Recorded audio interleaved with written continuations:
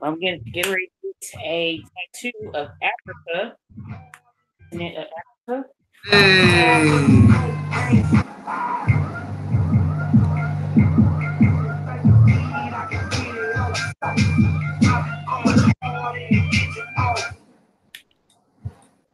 What up? What up? We're just gonna wait for the folk to come into the room real quick. Whew. Hope everybody well. We're gonna rock out to this Doe B for a second, man. Rest in peace, Doe B. One of Alabama's finest, bro. They killed him before his time. Yeah. Dude was cold too.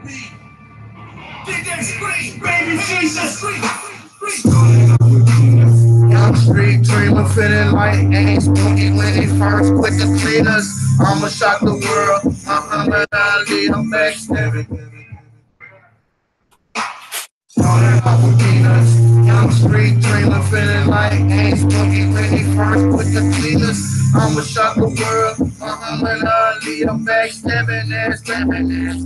Trying to keep up with watching my nigga because I'm working for niggas. Fucking the nigga, but trust me, I'ma get richer. Rest in peace, though, please.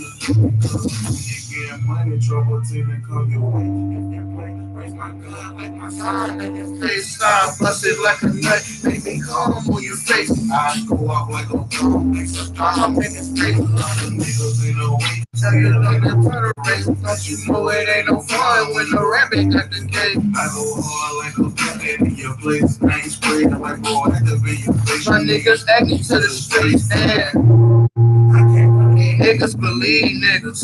Back. You can check my background. Yeah, I was gone for a minute, but I'm back now. And you little niggas almost on the fall back now. I done fell down a couple times, fall back now. Most they used to answer for me, now they call back now. They used to leave shit, I think I'm all that now. Niggas how they beat shit, but took me all long time. Man, that's my nigga, boy. That's my nigga. I'm so mad they killed him. Who is he? Man, Doe B. Oh. I think he's from Birmingham. From Birmingham. No, I know he's definitely from Alabama. Dude, definitely from ALA, BAMA. You know? And nah, man, some niggas. He was in this bar in this little town, in his hometown, man. Some niggas was hating on him. I killed him because Doe B, an ex-street dude. He was signed under T.I. Grand Hustle. Oh, okay. Man, I swear to God, bro, niggas was hating, killed him.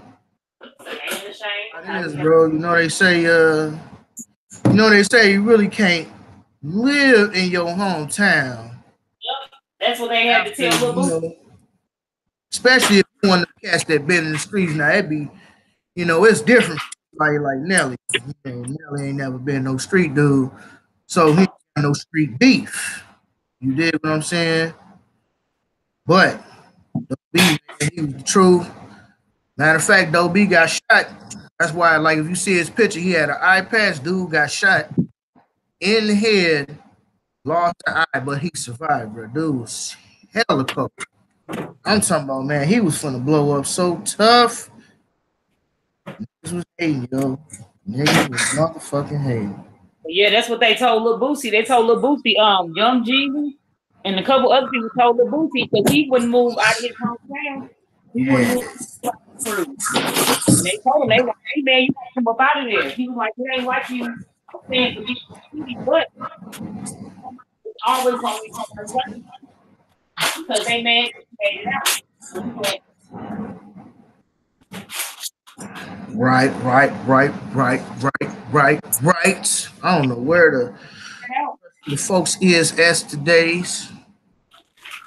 Well, they'll get in here when they get ready. Welcome everybody to the, what is this, the 22nd episode? No, the 32nd episode of the Social. You did 10 episodes? Man, you know how it is. You know how it is. This is the 32nd episode of the Social Conscious St. Louis podcast. Yeah. Got the fly knickerbocker hat on, you dig? No one is illegal on the stolen land. Very clear this land was stolen. But that's cool, man. That's cool. I'm KD, the host of this thing. King Dave, you already know who I am. Ain't no need to make no introductions.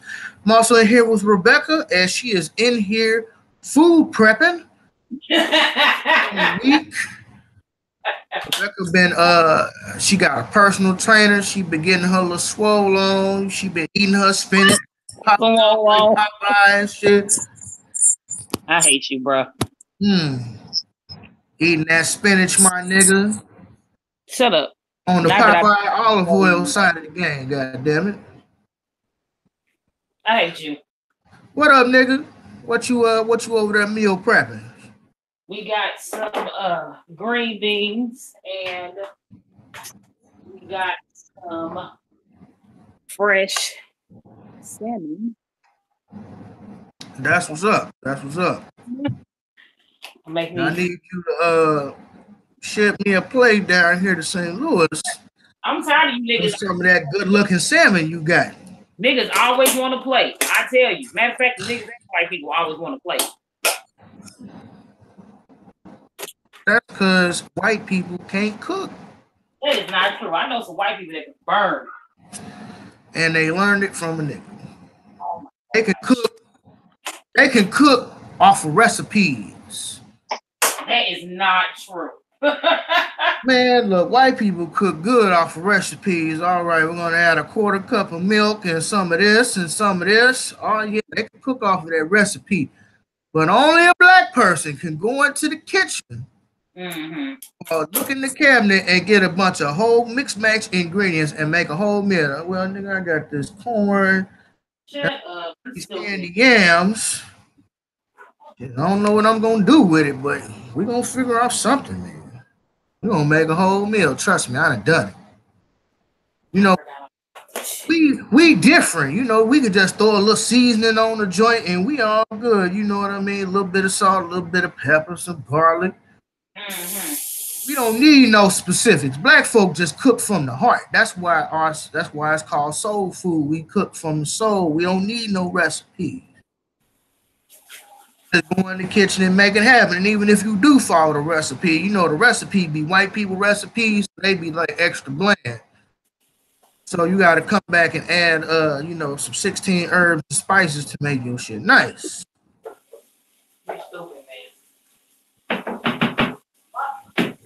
This nigga here. What up? Yeah, going on. What's been going on with your day? Spoke this morning. Here at the church with the family. Ain't letting everybody know that, ain't nothing wrong with being rich or wealthy. What you do with it, you know what I mean? Jesus saying, if you believe in the Jesus Bible, whatever, but, just for the sake of telling stories, whatever. So, Jesus told his disciples that it's easier for a rich man to enter through the eye of the needle than it is for him to enter into the kingdom of heaven. And the eye of a needle is the door in a large gate that they after dark, after they closed all of these, like the big gate that goes to, back in the day, used to have these big walled cities. They would have large gates. And after, when it gets dark, they would close the gates and they would open what's called the eye of the needle. And it's basically just big enough for you to bring your livestock, your camels or whatever. It's just big enough to bring your camels and stuff through for you to walk through. Yeah. But it's not big enough to have a whole bunch of people come through. You know what I mean? That's a safety precaution. So typically a rich person would have to unload their camel in order to get through the eye of the needle. When rich people travel, like Mansa Musa, when Mansa Musa made his pilgrimage up to, up through Egypt, he gave away so much gold, he threw off the Egyptian economy. So you would see that a rich person would not only bring gold, but like spices, fabrics, and different little stuff. So that's basically what it was. Had the potluck today. That was cool. Ooh, I just woke up not too long ago. I ain't gonna stay. I can tell. Just woke up not too long. Woke up about 4:48. I was like, yeah, let me. Wow. Wow. Man, Well, if you wasn't late, brother, that's what counts. nigga was tired, dog. I'm telling you. Nigga tired. So, continuing with this conversation that we was having yesterday, nigga, Okay. about LeBron James leaving Okay. a city and going to another city, and niggas is getting mad. I think it's stupid. Well, why don't you elaborate on that, Rebecca? I think it's stupid because at the end of the day, like, I understand that you want to rep your city and you feel passionate about your city, but in the same sense, like, it's not that important to be so upset about it. You know what I mean? Like, it's not that important to be so mad to the fact that you like straight arguing with folks and you about to fight. Like, you have no investment in this movie, none whatsoever. This dude don't even know you. Probably decides to hate that you like. This man ain't tripping off you. Like, at the end of the day, you mad at this nigga still winning. The best, in the words of Beyonce, always stay gracious. The best revenge is your paper, and that's exactly what LeBron James is doing.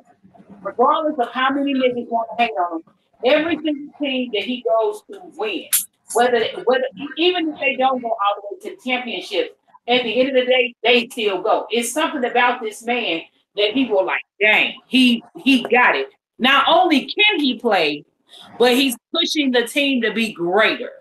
So, like, why people got to hate on it, especially our own people? That's the terrible part. Nobody can help me understand why they feel like LeBron James ain't that big. I'm just waiting on it. What is your take on it, David? Well, you see, LeBron has a job. LeBron has a job. Yep. It's no different than your job. It's no different than my job. He has a job.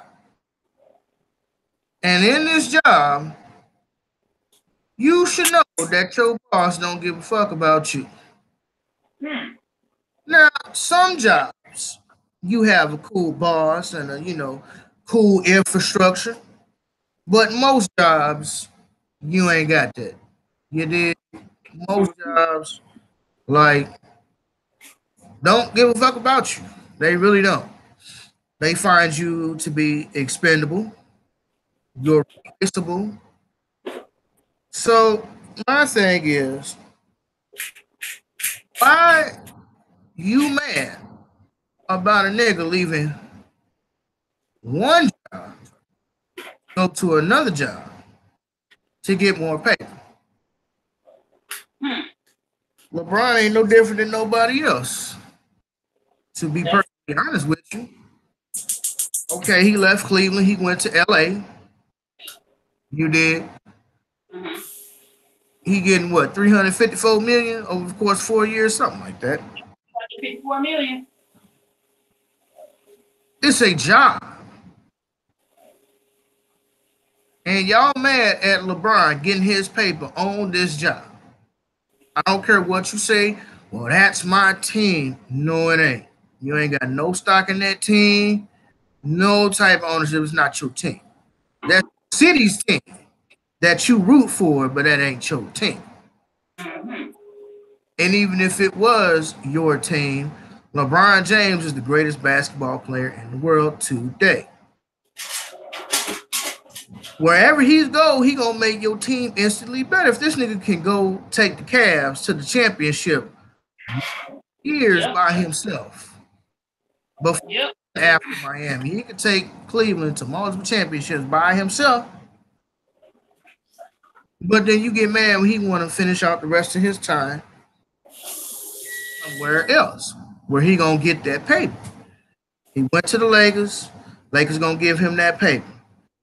I like LeBron because LeBron showed you niggas that it ain't about the game. It's about the money. Really? That's all it is. You see, Robert McNair, I think it's Robert McNair, owner of the Texans. Well, these players are inmates, and we can't have them running amok in the prison. What? A prison, my nigga, for real? Oh, okay. Tell them how you really feel. That's crazy. Jerry Jones, owner of the Dallas Cowboys. Well, anybody who doesn't stand for the flag place on this team. If you sit in the locker room, you have no place on this team. Wow. So ultimately, they don't give a fuck about you. But y'all mad LeBron getting his money. He showed everybody that's about the money. It's not about the game. KD left. I mean, yeah, it's sort of about the game, but it's majority about the money. KD left. He went to Golden State. Yep. Okay, cool. I hope other brothers follow suit. Well, LeBron has ushered in the era of super teams. The only difference is now versus then, super teams were built. Now super teams are bought. Yep. That's back in the day, used to draft players and work years and years and this, that, and the third. But then you're like, well, Michael Jordan or what's that white boy played for Boston? What's that dude name? Larry Bird or Larry Bird would never think about leaving the team. Nigga, please. Right. You see, the owner of the Cavaliers was talking bad. I'm talking about talking bad about LeBron. We don't need LeBron. We are going to win a championship before he does. And all LeBron said was, yeah, all right, we'll see. And what, 4 years later, whatever it was, 5 years, he came back. he came back to Cleveland, and they still hadn't won a championship while LeBron had won 2. So that goes to show you, man, they don't care about us. Rest in peace to Michael Jackson. All I want to say is they don't really care about us. Yeah. Yeah. At least he wasn't like a bum ass player. Like at least he was good. At least he can make the money and he's actually good. You know, like he's not a bum ass. White people get paid to do shit they don't even know how to do. So fuck it. I don't give a damn if you're the worst player in the NBA. Get your money, nigga. Really, you say? White people get paid to do shit they don't know how to do or can't do all that well all the time. So what's it matter? That's fair. It matters not. Not at all. Not at all. Have you been keeping up with the news, local St. Louis news, Rebecca? I have not. Did you hear about the gas station employees that kicked this black woman? You said it was a gas station employee that hit a black woman? They kicked her. Nope. Well, what it was, you know, it's that BP right at the corner of Goodfellow and Delmar. Mm-hmm. Everybody knows it's a drug-infested area like most of St. Louis, to be honest with you. And this one lady has a history of coming up there and begging or kind of sort of harassing these Arabs. And the Arabs kicked homegirl down. And, you know, some people called the cops and the Arabs was arrested. And then yo people was out there protesting like that's going to do something. And people mad, people straight mad. And the thing about it is, why you mad? They kicked our sister. Woo. Nigga, first of all, you know how many motherfucking Arab stores don't give a fuck about you? Let me see. Right. All of them. None of them give a fuck about you. None. They serve you outdated products, old products, expired products, and you still go shop with them. King's Market down on King's Highway was busted by black women, right, for going in their store, checking the shit, and everything on the shelves was expired. Then they had some old Negro that, well, I'll get the stuff off the shelves. Sit your old ass down somewhere, nigga. Yep. Now, I'm not saying what the woman did was right, going up on their property, doing whatever she did. It doesn't matter what she did. Yeah. She was a dope fiend. And the thing about it is, she didn't deserve to be kicked. But at the same time, the Arabs have been enslaving us for the past 1,500 years. So, you really? You just forgot about that, huh? So you just don't think that Libya applies to us over here? Is that what you think, that the slave trade in Libya ain't got nothing to do with over here? But let me tell you, the Arabs have been enslaving us for the past 1,500 years. Yeah. And the only reason why they cranked the slave trade back up in Libya is because your boy Obama went over there and killed Muammar Gaddafi. He gave the order. Hillary may have done it, but Obama gave the order. So for all you niggas who, Obama's my president. Oh, 44. What was this, 44? Yeah, 44. That's my president. Don't you talk bad about Obama. Well, what did Obama really do for black?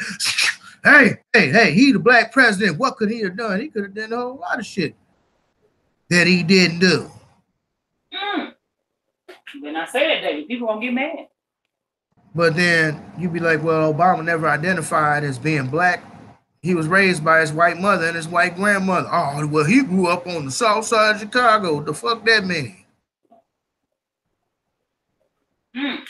Lupe Fiasco grew up on the west side of Chicago, but in his household, his father was an educated man. They had encyclopedias, they had books. So their house was a house of learning, which is the reason why Lupe is much smarter than 98% of these rappers out here. That's why you want him to dumb it down. You want that shit to hit you here. Instead, you ain't trying to vibrate and come up to here.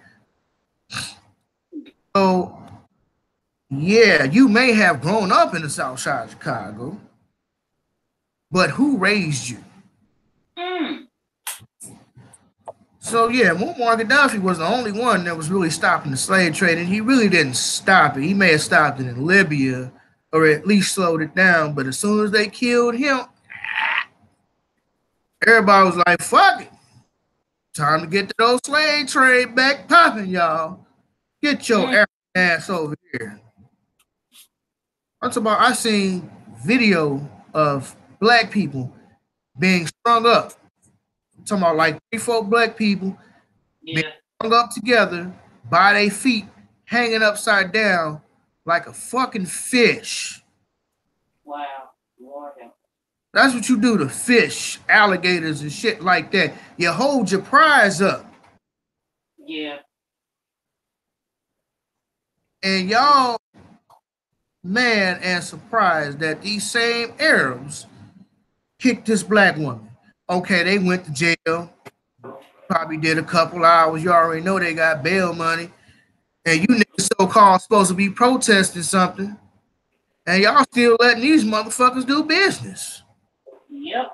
Out here protesting, and everybody should come out. I was talking to Metu, and people was asking him to come out and protest, and he was like, protest for what? I'm gonna be the only one out there strapped. Ain't gonna do nothing. And then somebody said they was coming out at like 5 o'clock in the evening after majority of your business for the day has already been done. It's like, what's the point? What's the point? They're still doing business. You out here holding signs. We shall overcome. We shall overcome. And they like, yeah, you singing that from the curb line. And the rest of your brothers says, let me get $2 on pump one, please. Right. Man. Nigga, let me get a pack of backwoods. Can't get a pack of Black Miles and Man. Yeah, let me get these groceries real quick. You right protesting, you ain't even shut the gas station down. I would understand if you shut the gas station down. Don't burn it down. Don't destroy the gas station because they're going to collect the insurance money and set up shop somewhere else. Yep, and they rebuild. Hell. Yeah, they might rebuild. Come back like they never left. Man, don't destroy the gas station. Have them business shut down. You need to be standing in front of the door, every fucking pump, everything. Nigga, you should chain every gas pump down, everything, and make sure that they lose business. I'm going to make sure you lose business. Because when your gas station's closed, you ain't making no money. That means your ATM ain't getting no money. You ain't selling no Rellos, no snacks, no juices, no gas, no nothing. Yep. That's right. Loss of revenue. That's right. But black people are insane. We really are. Sandy is doing the same thing over and over, expecting a different result. Yep. Protest for what? Lil John turned down for what? Turned down for what? We're gonna change. It's gonna be called protest for what? Protest for what? Protest for what? Rebecca? You right. There is nothing I can say to that. That was absolutely correct.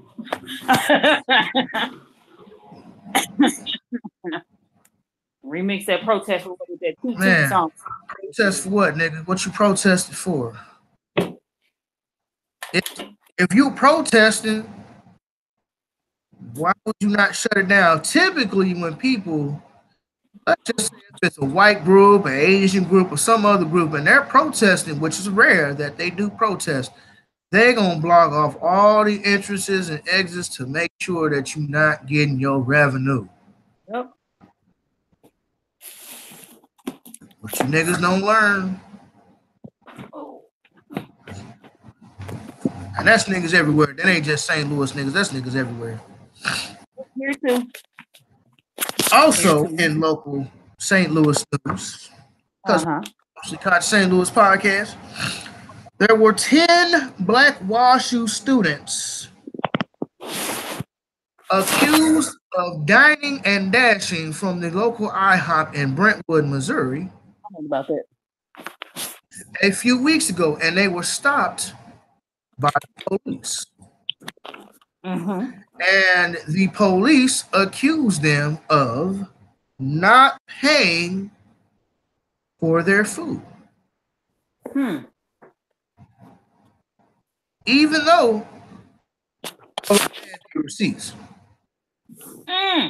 We got a call that you niggas, we got a call that there were some people who were eating in the IHOP and didn't pay. So they were walking to the Metrolink. You know, you got IHOP, you come across the little parking lot, come down the stairs, go up to the hill, and then the Metrolink right there, and then they catch the Metrolink back down to WashU. Right. University St. Louis. And they were accused of dining and ditching. Dining and dashing, and the police walked them back over to IHOP where everybody had receipts. Because they allegedly stole from IHOP. I just tell you, it ain't nothing but good old racial profiling. That's all it is. What made them even feel more stupid is if them niggas hadn't even gone to IHOP. You just stopped these niggas from nothing. And it would have sucked for them because they would have just went to jail if they ain't had no receipts. They don't feel stupid. They do that shit because they want to. They do that shit because they want to. Come on, man. Long are the days where it's safe for black people. It's no longer safe for you out here. It's no longer safe for me. That's why I carry inside and outside of work. Sometimes you got to. Son, when I get ready to work and when I clock out, I put the pistol up and I grab another one. Because you need to be able to protect yourselves out here. Yep. Rest in peace to the sister Nia. What is her name? Nia Wilson, I believe, the sister who was brutally stabbed in the throat. Yeah. And there's a brother on IG. I can't think of the dude's name. He got like dreadlocks. You seen him in the video. His young children on the video teaching them how to operate guns and, you know, different black history questions and this, that, and the third. And giving him so much grief. Oh, how can you, as a father, sit here and teach your children how to use guns? That's irresponsible. Ooh, just coming over every bullshit ass excuse in the world. Oh, you shouldn't be teaching your children that. Ooh, you should be ashamed of yourself. And a nigga like, look, I'm gonna make sure me and my family straight. Yep, they trying to say he was promoting violence or something like that. Right. Oh, you promoting violence. Then when the sister Nia Wilson got killed by a white supremacist, like last week when she got killed, murdered in cold blood, now all of a sudden, people hit him on Instagram. What should we do? Ooh, ooh. Oh, it's getting bad out here. And dude's like, my answer's the same as it always has been. Yep. Protect yourself. He like, ain't nothing changed. But I have a question, Becky. Why is it when black people teach their children gun handling, gun safety, gun control, when we teach our children and our wives or whoever how to use guns and different weaponry, is it that we get so much grief? But when you see a white person with their child and they shoot a deer and they all out in the woods, this is little Amy's first deer. Yep. She's 7 years old. I'm so proud of her. How do you feel, baby, now that you killed your first deer? When white people take their kids and take them hunting and teach them how to use guns, it's not a problem. But when a black person teaches our children and our wives and our family how to use guns and weaponry, why is it a problem? Rebecca, speak to that. I feel like it's a problem because of a couple things. Black niggas ain't supposed to know how to protect themselves. The guns wasn't meant for us. That was meant for them. Secondly, I think that black folks have been conditioned in the sense, if you have a gun, they're going to kill you regardless. You know what I mean? Like it's almost a thing of saying, nigga, how you gonna be trying to use our weapons and our guns against us? How dare you learn how to protect yourself? That's how I view that. It's almost like we be left out here as bait, or we supposed to be left out here as unprotected. And then some black people go along with it because that's what they've been told to do. That's what they've been trained to do. It's looked at a beautiful thing when a white person does it. But when the black person does it, it's like, oh, you shouldn't do that. You should be ashamed of yourself. Don't you think that you are further perpetuating the stereotype that all niggas are violent? You can say to the most that I'm doing this to protect myself, teaching my kids how to protect themselves, and they still wouldn't care. That's how I feel about that. I think it's bullshit, personally. I think part of the problem is we have only been taught one side of our history. I agree. We talk about the good Negroes who got out of slavery and went on about their business, and that was that. Talk about the other side of the niggas was like, nah, we need to protect ourselves. Harriet Tubman would shoot anybody who wanted to go back to the plantation. We gonna get caught, Harriet. I'm going back. No, the fuck you ain't. Boom. Anybody else want to go back? Because when he go back, he gonna get punished and he gonna get tortured. He or she. And you already know they gonna give up the position. Oh, they was heading northeast, massa, down to the river. And then once they get them bloodhounds, them bloodhounds have such strong noses, they can smell your scent for miles. And it's only a matter of time before they catch up to you. Yep. We don't talk about Ida B. Wells, who says, and I quote, a Winchester rifle should have a place of honor in every black home, and it should be used for that protection which the law gives. And that was 1892. Well, the protection that the law gives to the white people. Right. That's why it says, and it should be used for the protection which the law refuses to give. Oh, refuses to give. Right. Refuses to give. There's a whole book called Negroes with Guns. I haven't bought it, but it's been in my Amazon playlist for a while. I'll get it eventually. But I think because we've been taught that black people have been passive. Well, we left and we were sharecroppers and we was passive and, like, nah, black people weren't passive. Like, yeah, it was a whole lot of us who were. But there's a whole lot of us that were strapped up and stayed strapped. Yeah.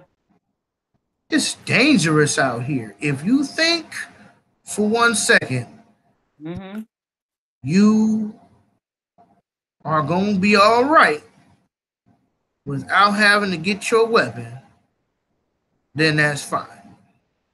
I personally have never had a need for any weaponry. I don't attract that type of energy.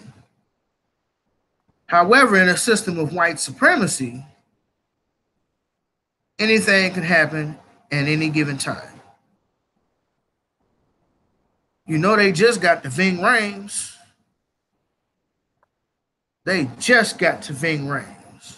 Yeah, I saw that. I literally just saw it last night. About where somebody, when he was doing the interview, is that what you're talking about? When he was doing the interview and the interviewer asked him, has being black in America affected him? And how it was 2:15 in the evening, that brother said he was at home in some basketball shorts and nothing else. And the neighbor called and said that it was a big black man breaking into a house. Yep. And the door, it was police and the sheriff and all them and dogs. And they had this nigga come out the house. And the police sheriff is the one who recognized him and told the officers to stand down. And when they went to go question the neighbor, she denied calling the police. Held at gunpoint. Yep. His home after the neighbor told 911 a large black man was breaking into the house next door. Bitch, you know I live here. Stop playing like you didn't know I fucking live here, bitch. Yep. And you said, what if that would have been my son? You say what? He was like, what if that would have been my son with a game controller answering the door? Then what? Oh, man. And that's crazy. I'm like, man, nobody's safe. Nobody. They got the Tyreek, they got the Ving Rhames, and Ving Rhames, and he never said nothing. Hell, they got the T.I. That was a black dude who called in on T.I., but he liked them butter biscuits. You say he liked the butter biscuits. He liked them butter biscuits. That's why Well, you don't live here. What the fuck you mean, partner? I live here. No, you don't live. And end up calling the police on TI. Yep. No one is safe. Be like Wu-Tang, nigga, protect your goddamn neck. Yep. So, for all you racist motherfucking cops out there, fuck you. Black people getting tired of it. No, we not. We ain't tired. If you was tired, you doing something about it. Okay. If you tired of being broke, you gonna go get some money. If you tired of being single, you gonna go find your relationship. You ain't tired. When you tired and you sick and tired of being sick and tired, you gonna go make some changes. But we not tired. All we want to do is talk about it and complain about it, and then go 2-3 days later, we gonna be back to twerking and doing the latest dance. Kiki, do you love me? They updated the Plies version now. It's Becky, do you love me? I'm like, come on, man. I don't give a fuck what it is. I hate that song from Jump Street, and I hate the fact that something like that goes viral in 2-3 days. Yep. I ain't even heard the whole song. All the black people learn all the new dances. You know, all the new whatever the fuck it is. I don't know what it is. I don't dance. My trainer told me about it. She said that her daughter does it, and I forgot the name of the dance she called it. But yeah, I know exactly what it's come off. We learn all the new dances. Now they got since Sierra came out with her song "Level Up." Now they got the Level Up challenge. First of all, Sierra's whack. Yeah, the song pretty much just says the same thing over and over. I've heard it. I did see a young brother who was an excellent drum player. Mm-hmm. He was straight beating to the Level Up song. Dude was clowning too. Shout out to the young brother who was clowning on the Level Up song. But yeah, Sierra's always been a dancer. She's never really been a singer. She's a really good dancer though. Yeah, man. Hey, man. I got one of her albums. It was cool. I'm not saying she can't sing, but she's more of a dancer. Oh, the black antagonist. What's up, Bridget? Welcome back, Yannick McCook. What up, dog? Howdy. Man, how's things going in Florida? Uh-huh. Did any white people get eaten by some alligators recently? Speak on it. I mean, that's a day-to-day thing, man. It could be anything, any day. They just had that white girl got eaten by a polar bear and shit. Oh, that was hilarious. I died. I hadn't heard about that. Y'all ignorant. Both of y'all laughing. Y'all ignorant. Yeah. No, because white people want to have the relationship that black people have with animals. See, black people can be cool. That's why you see Africans walking like cheetahs and lions and shit down the street, and they cool. But when white people try to get that up close experience, they get their asshole ate. No, I think it's because they be trying to enslave the animals.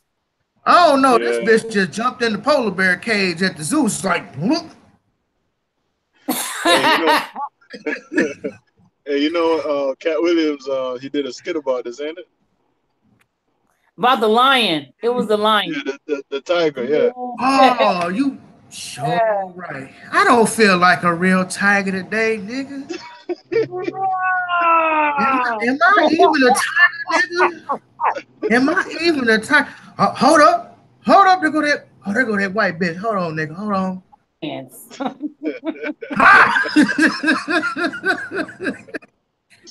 This is not a drill. This is not a drill.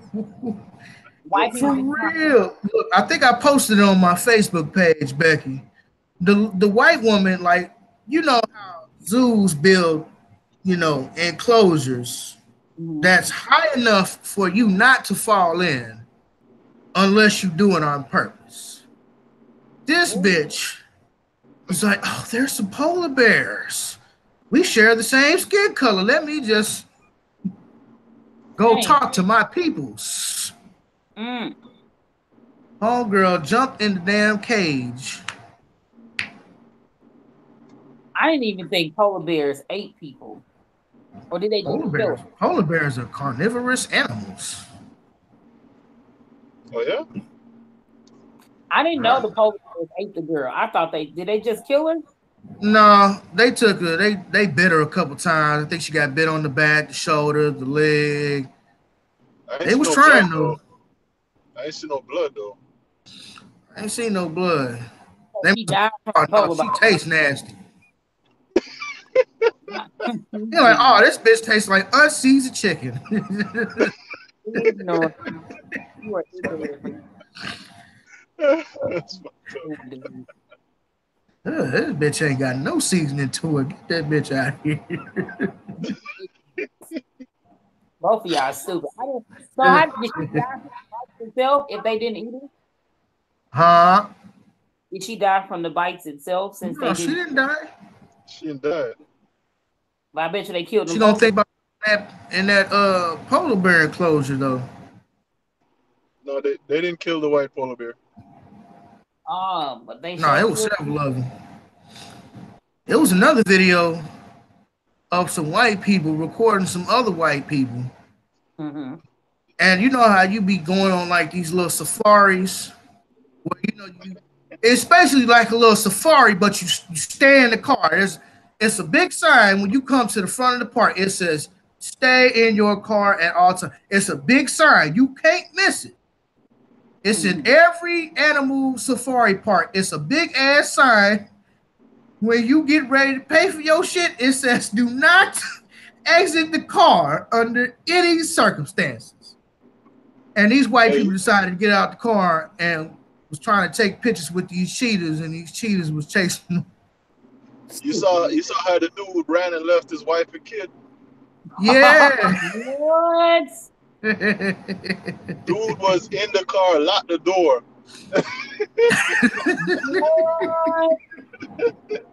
What? Y'all lying? Yeah. No, these cheetahs were literally chasing them down. Oh my gosh, nigga, that's an automatic divorce. No, he left his wife and kid. Like, it wasn't even a toddler because she held the kid in her hand. And this dude ran off, went in the car, locked the door, and they were still like out there. So did they die? No, they ain't died. Oh, that's an instant divorce. How can you explain that? The cheetahs were sure fucking with him though. Yeah. You know how cats be playing with their food. Yeah. Left his wife and the baby. He said, "Bitch, fuck you and this kid." Cheetahs run up to what, like 35 miles an hour? Like, if they really wanted to get you white people.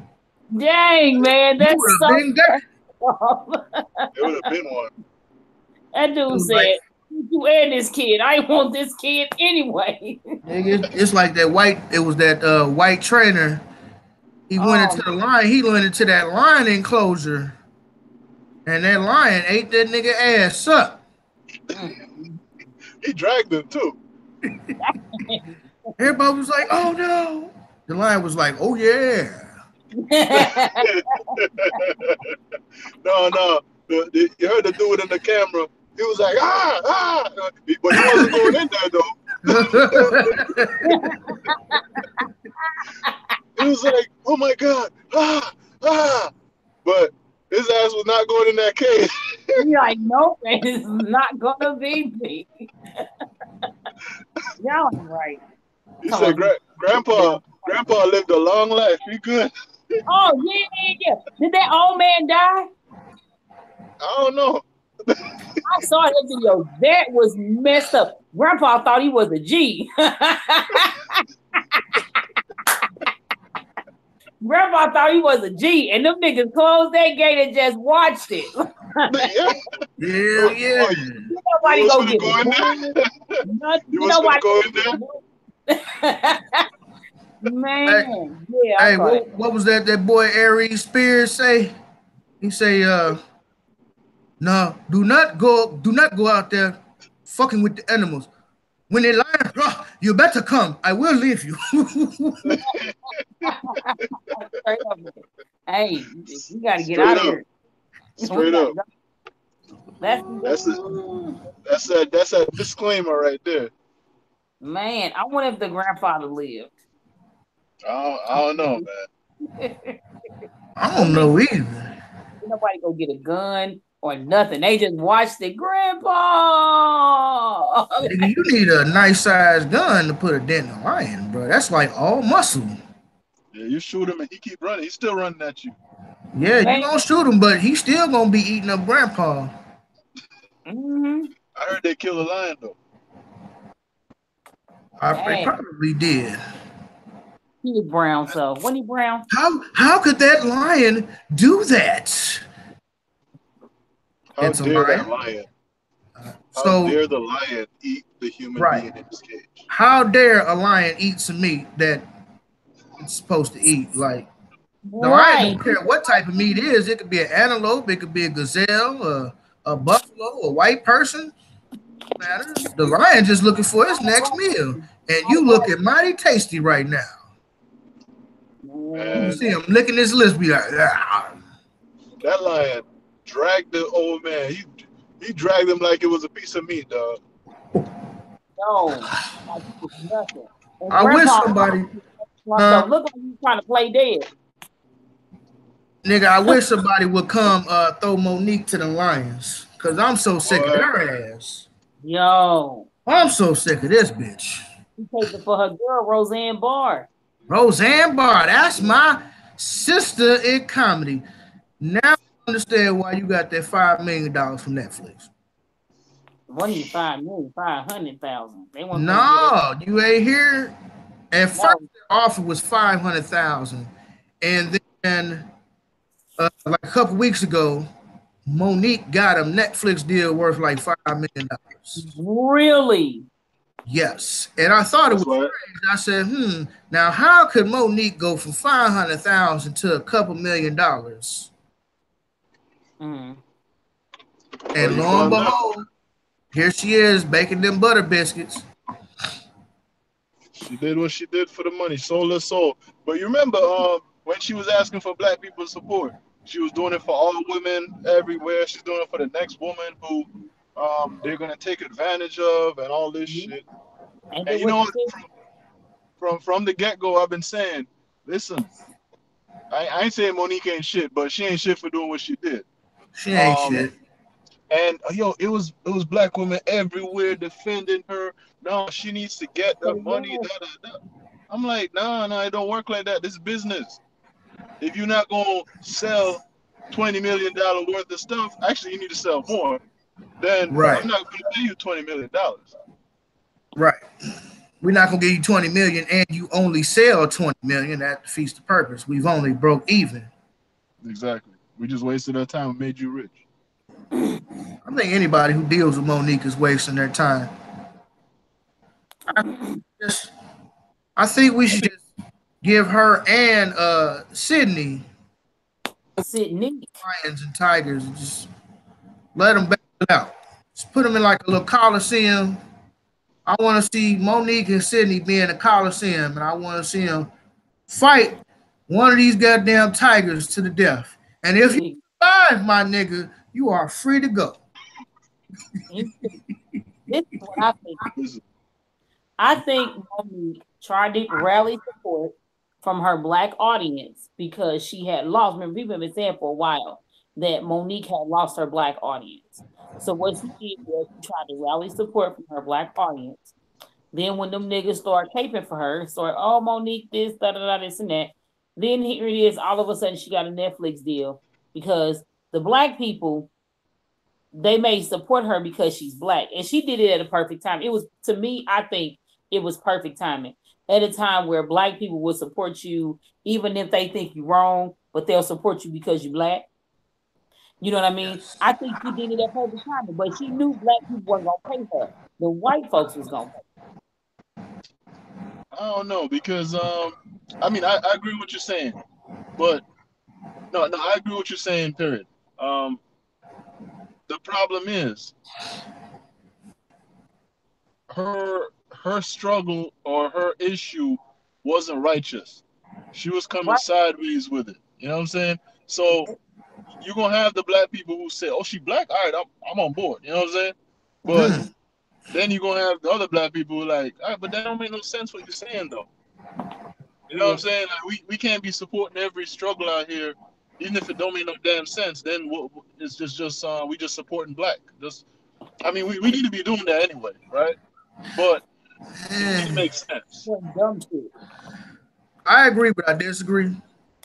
We do need to be supporting each other more, but at the same time, we cannot jump to give just blanket immunity to every nigga everywhere. Yeah. We was riding behind what's that nigga name got killed out in Sacramento, Stephen Clark. With his crazy brother. Yeah, his retarded ass. But yeah, I love me. That nigga sound like a dope fiend. Y'all got some of that love, Sacramento. Some of that love, Sacramento. Something wrong with that boy. I just need some love, Sacramento. Do y'all love me? No, this is how he did it. He said, "Do y'all love me? Y'all love me? All right, then you love the mayor. You love me, right? Right. Y'all love me? Right. Like, right. Damn, if you bro. love me, you love this white man, the mayor." So not only was his brother a coon for saying the only thing he wanted black was an Xbox, had his little racist ass baby mama talking that same shit. Then your brother was out here cooning. Well, the mayor promised that we's gonna get this community centers and we's gonna have after schools programs, so everybody just And did anybody follow up on that after school center?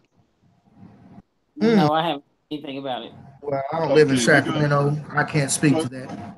Because the last time I heard, he got $1 million from the mayor, and then he got arrested, and his bail was $1 million. That dude there. Oh my God, that nigga. I feel like he could use his brother's death to try to get some fame. That's what I think. He was a coon from Jump Street. You know how black people act.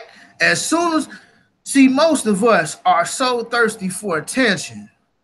As soon as a little bit of spotlight comes upon us, we gotta Sambo, Mr. Bojangles, jazz hands. We gotta act a goddamn fool. First, soon as you see a camera, what happened down in Ferguson? Yep. As soon as you see the motherfucking camera, the twerk contest. And, hey, come on over here, check out this barbecue I got. Goddamn it, I'm promoting real nigga barbecue. You be like, bro, get the fuck out of here. That didn't happen. I'm just using that as an example, y'all. Don't take that literally. But niggas was and acting a damn fool. You know what I was thinking the other day? You know how they said in Ferguson, they started Black Lives Matter because of the Michael Brown issue. And then it got co-opted by gays and lesbians, basically black gays and lesbians, and they just took over all of that shit. Like the original protesters, they were like, all of a sudden, like day two, all of a sudden there's just a whole bunch of people flying in, and then you notice that everybody's gay, and they talking about intersectionality and all this stuff. Then cut to like a year later, we find out that Black Lives Matter is funded by a white billionaire. Like they got like $30 million or something crazy. George Soros. George Soros, who also funded Hillary Clinton's campaign. So just so y'all know, there's a connection. Black Lives Matter, Hillary Clinton, George Soros are all connected. It's a connection. So what I was thinking, it had to be pre-planned, right? Because it takes money for you to fly from wherever you are in the country to everybody meet up at this rally or protest, and have food, money for food, water, because that it costs money to have a protest. Unless George funded that too. Right, but what I'm saying is, this is how it had to have gone down. This dude had already had this whole thing planned out. Like, listen, the next black issue, big black issue. That's where we gonna start, right? And they had already called it Black Lives Matter from the Michael Brown issue, so they took that name because they probably didn't have a name, or they probably had a name, but then they were like, oh no, Black Lives Matter, we love that. All right, let's take that name. So now all of a sudden, so what I'm saying is, he had to have planned that shit before this whole thing happened, because you don't amass a whole group of like-minded people to co-opt protest in 2 days. It takes time. Yep. I agree. So you're saying that this white millionaire is smarter than us? I won't say that. I'll just say he planned this thing out from like years before. Have no doubt that's what it is. I agree. It turned from Black Lives Matter to the homosexual movement. Yeah. To Me Too. Me Too and Him Too. Well, actually, Me Too was black. Now it's white. Yeah, because the woman who Me Too was started by a black woman for that very reason. Yep. And she got her little camera time. She was on the face of a magazine. And then when was the last time you heard about her ass? Not at all. I ain't heard about her since Oprah said that bullshit at the speech she gave when she won her award at the Oscars. She tried to say that what was her name? Henrietta Lacks was a victim of Me Too. Cause she no, Oprah, it's completely different. That was a racialized attack when the white boys raped her. That is a difference between Harvey Weinstein and Donald Trump grabbing pussies. Racialized rape is completely different from a regular rape. The intent is different. A group of white men seen a lone black female, much like Nia Wilson. You see a lone black female, a soft target, and you decided in your mind, I'm going to rape this bitch. I'm going to attack her. Yep. You think Master ain't never enjoyed? Master love white pussy. Master has always loved that black pussy. He love it. Like, oh, black pussy. Love that shit. Forbidden fruit. But turn back around and slave his goddamn children, Thomas Jefferson. We the ones who that's what TN said. He said we the ones get it twisted. They've just doing it for recreation. We the one over here falling in love. That's fair. So if you fall in love with a suspected white supremacist and he beat your ass, which he's bound to do, should we cape for this individual? That's what TBA said. He said he looks to the family of the victim, and depending on how they handle the situation, that's how he's gonna handle it. That's real. Because y'all know Nia Wilson's alleged godfather. Now, we seen a video of her father. He's like, hey, I just want justice. I want justice. I don't know what kind of justice he's talking about. But the brother say he wanted justice for his daughter. I feel for him. And then you had this weird godfather figure just kind of pop up out the woodworks. I'm asking all black people to stand down. All black people stand down. We don't know if this was racial. We don't know if this was we don't know nothing. So until all the facts come in, we should stand down. It's like, I'm scared. Right. What you scared for? I'm scared too, which is why we all should stand down. Yeah, because that's what you do when you're scared. Stand down and cower. And I mean, that's really supposed to be the opposite effect. Usually when you're scared, well, okay, let me say this. When you're scared, only one or two things happen. Either you back down or you charge forward. Nothing is more dangerous than a wild animal trapped in a corner. You can run that goddamn lion, tiger, mountain lion, whatever the fuck it is. You can run that lion into that corner. But when that lion is backed up and he ain't got nowhere to go, that lion is going to fight for its life. that animal is gonna get hyper aggressive if you back him into a corner. That's what we should do. Stop cowering when you scared, nigga. Get aggressive, nigga. Press the issue. Full court press. Go out there and find out what it is and go do something about it. I'm scared too. Why is you scared, nigga? And first of all, I agree with TBA because I seen that broadcast. Like, where did this dude come from? Like, where did they? Why did they pass the father, who is clearly available in her life? Exactly. And even was on TV with the interview, and then they found this dude, the Godfather, who's on some other shit, to be at the press conference. Why wouldn't you ask the father? The father obviously her father's in her life. If he's not in her life, he knows of her, he cares about her. Why would you not have the father say something? Because the father might say something that they don't want to hear. Yep. Father didn't take the money.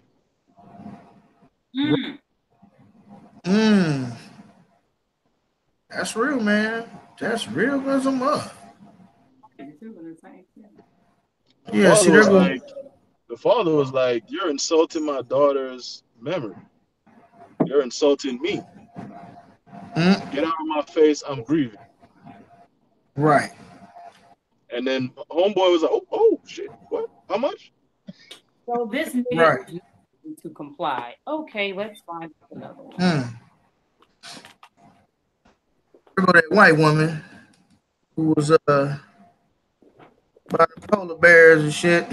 She ain't trying to give her some lifesavers. You stupid. You are so ignorant. You stupid for that.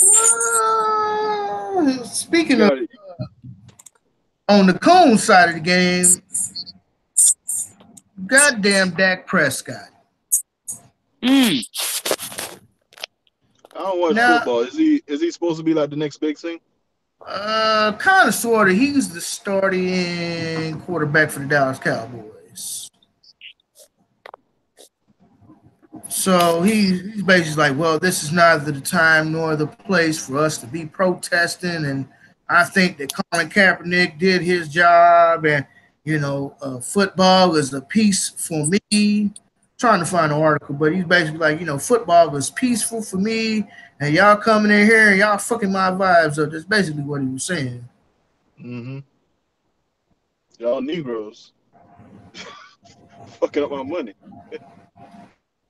I agree somewhat, but at the same time, still Conan. Like, I agree, protesters really got us nowhere besides making white people uncomfortable. But, protesting hasn't gotten us anywhere. It's not going to get us anywhere. So in that aspect, I agree with that. But we all know if you want to stay in that starting quarterback position, you're going to do what Master Jerry tell you to do. Master Jerry said none of his players going to sit, kneel, be in the locker room, none of that shit. If you want to be in the locker room, your ass is fired. You better get out here and stand your black ass toe on this line.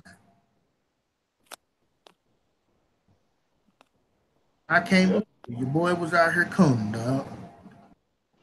I mean, hey, you ain't lying.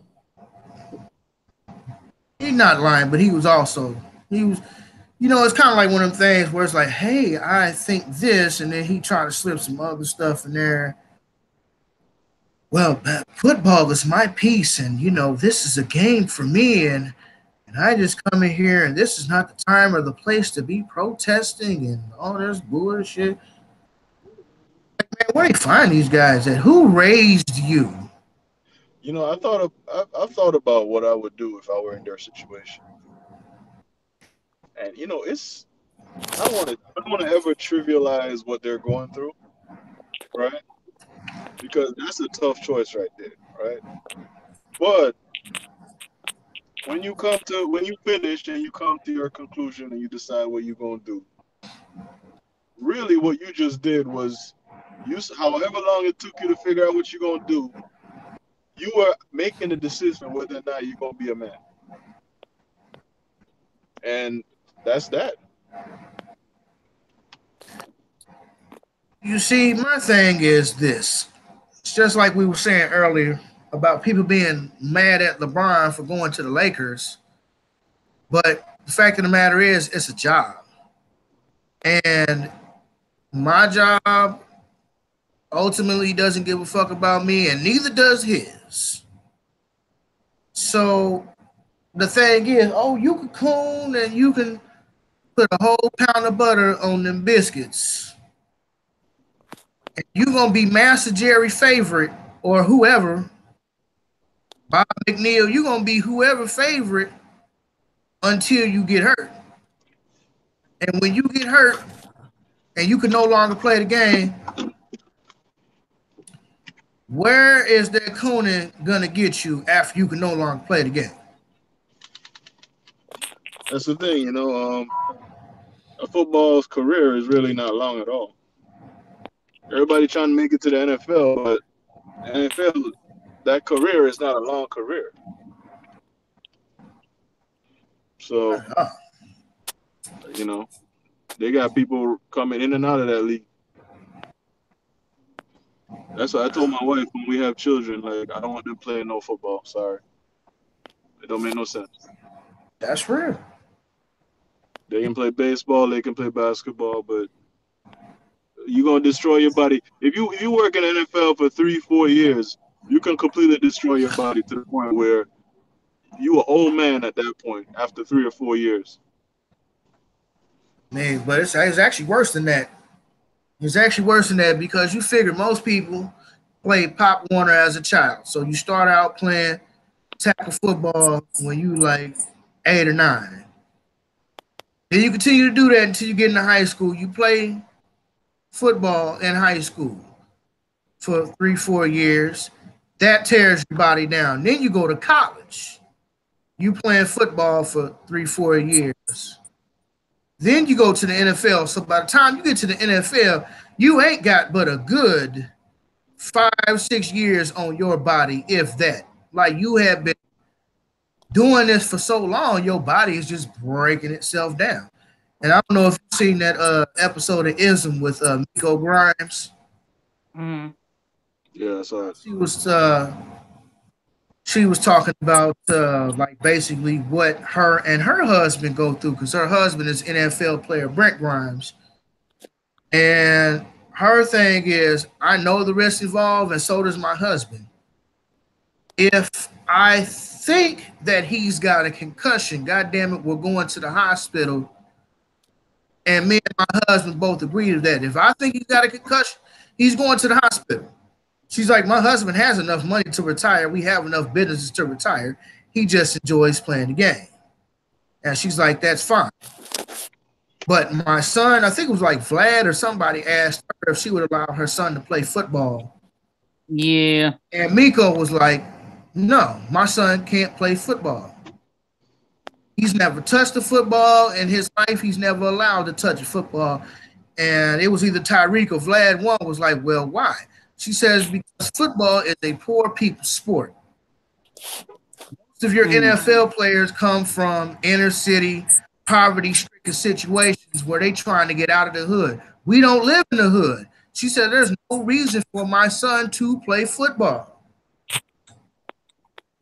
I'm not going to allow my son to have CTE. And she's like, we have enough money for him not to play football. He could play a rich people's sport. Tennis, cricket, Water polo, whatever. She's like, we have enough money for him to play rich people's sports. She said, I refuse my son to play football. 100% correct. And like I say, they hate to see Miko Grimes coming. She's like a sports analyst or something like that. She's like a black female sports analyst.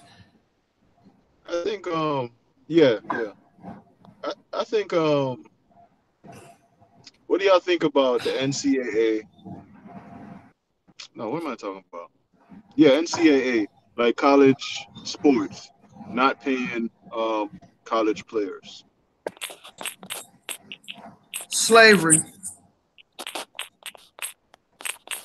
To be perfectly honest with you, the NCAA ain't nothing but a proving ground for the most elite of Negroes in order for them to move on to the NFL. The NFL and the NCAA are all in cahoots.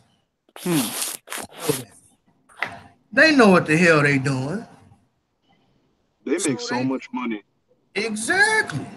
They make so much money from endorsements, you know, sponsorship deals, Nike, Adidas, whoever. They make so much money.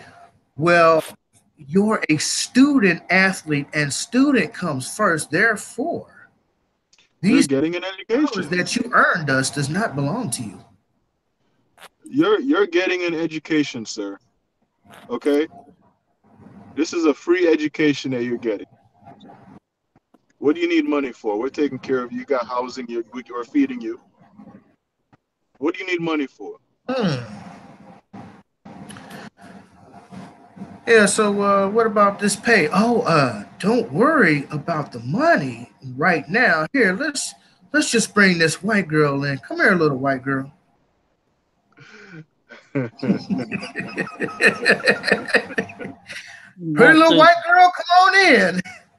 Hi, I'm Susie. Nigga be like, what money? Y'all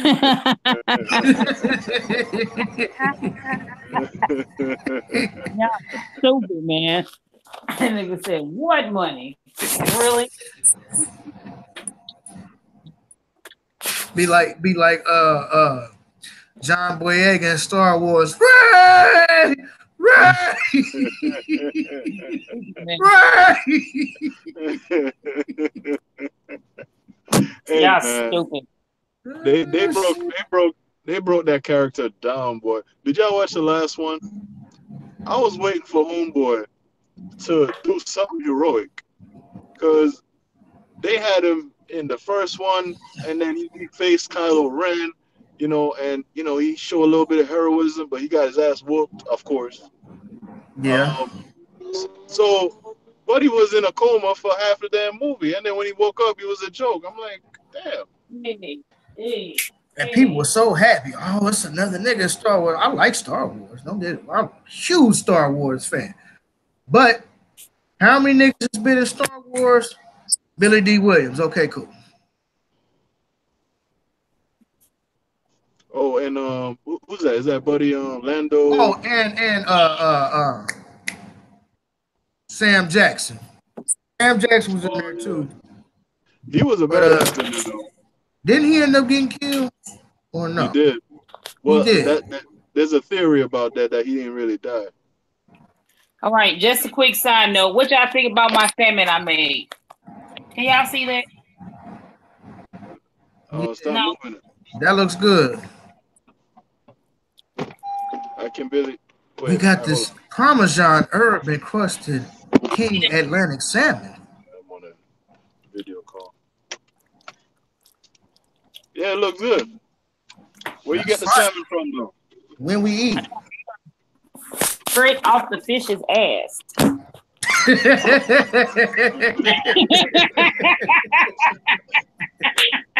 They said straight off the I got it fresh from the fish market. I got it fresh from the fish market. Oh yeah? They got it fresh? Or I mean wild caught? Like they cut it up in front of you, clean it, do all that good stuff. Yeah, but the reason why I'm saying all that, you know, I'll tell you another day after you eat.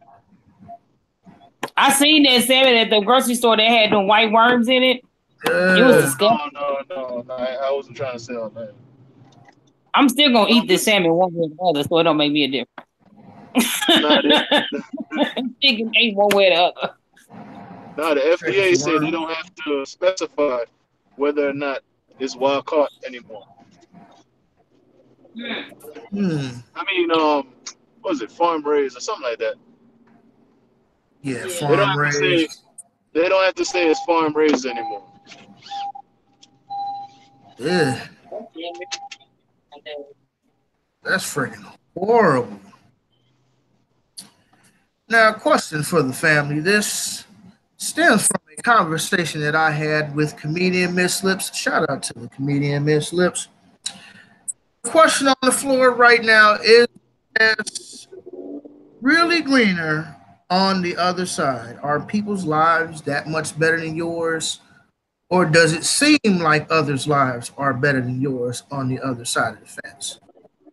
Because it seems to me you have a whole lot of people wishing that they could be somebody. Oh, I wish I could be Beyonce. Oh, I wish I could be so and so and so and so. Like, how come you can't be happy being yourself? Would anybody like to tackle that this evening? Anybody? Yannick? I think we celebrate our celebrities a little bit too much. We try to live vicariously through them. Yep. When you look at Beyonce's life, it's completely different from the persona that she puts out through her music. When she was talking about all the single ladies and all this stuff, come to find out she had been dating Jay-Z for years before they even went public. But she telling y'all bitter broads out here to be single and, you know, can you pay my bills and all this stuff. But then when Jay-Z cheated on her, allegedly, she forgave him and took him back, you know, because she's trying to keep her family together, right? But she wouldn't say that in the music, though. I mean, she ended up saying it, yeah, but before this, she wasn't saying all that. So, I would say celebrities have just as much problems as we do. The only difference is they got money. They ain't got to worry about money, but they got other things to worry about.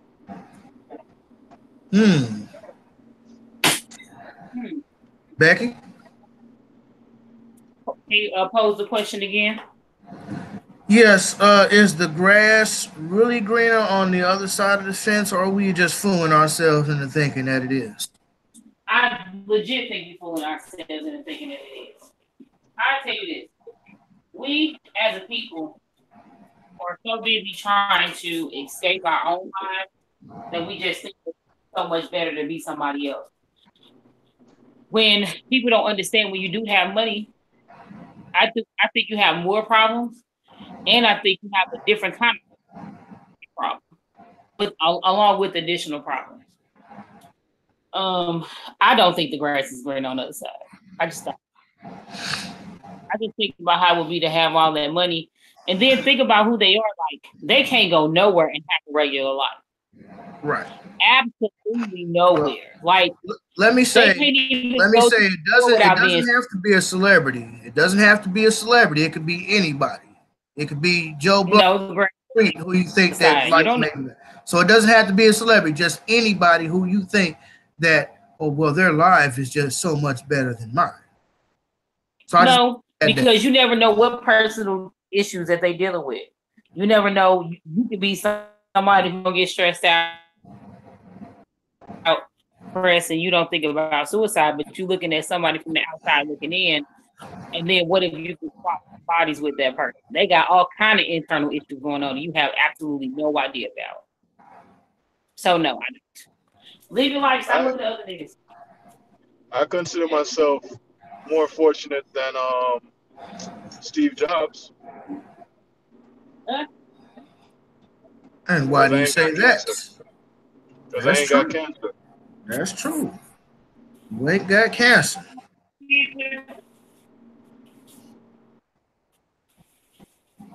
Well, my question is, why be someone else when you're the master of your destiny?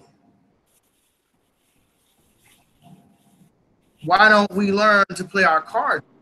It's like Rebecca said, you don't know what's going on in somebody else's life. You know, like people could look at my life, be like, okay, you ride a beat up old pickup truck, you live in a 1-bedroom flat, you know, okay, this is your life. You know, you make X amount of dollars, this is your life. But I look at it like, okay, I don't have any car payments. I don't have any kids. I don't know nobody except for the motherfuckers who keep calling about this electricity and gas that I pay every month. No sound. No sound.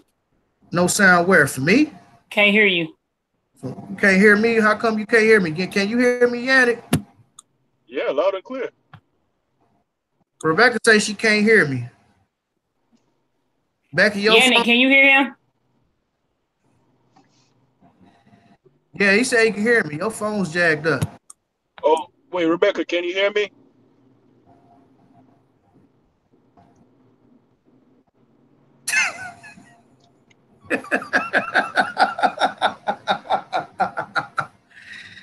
I guess Rebecca will be back. She was having some technological difficulties. But I look at it like I'm not in debt. I don't have any kids. So, yeah, I might not have such a glamorous lifestyle as others do. But at the same time, I enjoy my life. My thing is, can you hear us? Yeah. All right. Very good. My thing is, learn to play the cards that you're dealt better. Now, like Rebecca was saying, you don't know what people's going through. Now, we take Beyonce because I hear so many women say they want to be like Beyonce. I want to be like Beyonce. I want to be like Beyonce. But do you really want to live Beyonce's life? I mean, she's a wife, so she has to deal with her kids. Okay, she might have a nanny, but she still has to deal with her kids. She's a mother. I mean, she's a wife to her husband, Jay-Z, so you got to be a wife. You got to be a mother. Okay, then she has to work out because, you know, Beyonce has to keep that body right so she can keep performing. And she has to, you know, go to, what you call it, the dance studio. Beyonce has to go to the dance studio. She has to spend hours upon hours learning all these type of choreography moves. She has to go to the studio. She has to record. And then she still has to come home and be a wife and a mother. Yep. Daughter to somebody. So if you look at it from that aspect, do you really want to live Beyonce's life? Like, sure, she has money, but the amount of work that she has to put in order to keep that level of success is something that most people aren't willing to do. I mean, hell, look at Beyonce's what? 15 years strong in the game? Yep. Damn near 20 years strong in the game, from Destiny's Child to her solo career. That takes work. And I believe that instead of trying to work somebody else's program, work yours. I think, you know me, I gotta try to think deeper with it. Right. Not that what you're saying isn't deep. It's deep. Speak on it, Pimp. I think if you notice our people, you know, as in black people, we tend to want to be like the best. Well, not the best as in, oh, I'm gonna improve myself to be the best that I can be. But I'm a black man. I want to be Kobe, or I want to be LeBron. And I'm a black woman. I want to be Beyonce. I want to be, I don't know, very well. I don't think anybody wants Rihanna, to be Mary J. Rihanna, Yeah, Serena Rihanna. Williams. Right. Yep. And the reason for that, I believe, is because if you look at other races, they're women. They're not trying to be Shakira. They're not trying to be Lucy Liu. Yeah, you know what I'm saying? They find a good man and they start a life, and they're content with that life. They do the best with what they have, and you know, in my opinion, that's the way it should be. But for some reason, we always tend to want to be the celebrity and want to live that life at at any cost. Young men, they're trying to be rappers, they're trying to be DJs, they're trying to be basketball players. You know what I'm saying? Instead of just trying to be a businessman like Dave, and trying to run your family properly, trying to be able to keep the lights on, and maybe have a couple people work under you, and you're respected in your community. I think the reason for all of this is a lack of good role models on a personal level. Like, for example, let's say I didn't have a father figure at all around me that I looked up to. I can say, man, I would want to be like Uncle Johnny. You know, Uncle Johnny's got it going on. He's taking care of his family. I've seen that growing up, and I'm like, you know, I would like to be like him. Or if I'm a black woman, and I'm like, you know, sister, so and so in the church, you know, she's respecting her community. If I could be more like her, that'd be great. I think that we have a lack of good role models. But I think our community has been decimated so much that we just don't have good people around like that to influence the young. What y'all think? I agree with you. I agree 100. Yep. We don't have enough role models in our area, in our community. Well, role models. The only role models we have as black people are athletes and singer-songwriters. You know, but at the same time, we don't support those who are scientists, who are lawyers. You know, everybody wants to be Kobe, LeBron, Michael Jordan, but nobody wants to be Neil deGrasse Tyson. Nobody wants to be Tyrone Hayes. You know, nobody wants to be Skip Gates. Now, Skip Gates is a coon, but still, the brother's very smart. He's very educated. The same with Ben Carson. Ben Carson's a coon, but if you take his cooning out of his life accomplishments, he's the best neurosurgeon ever.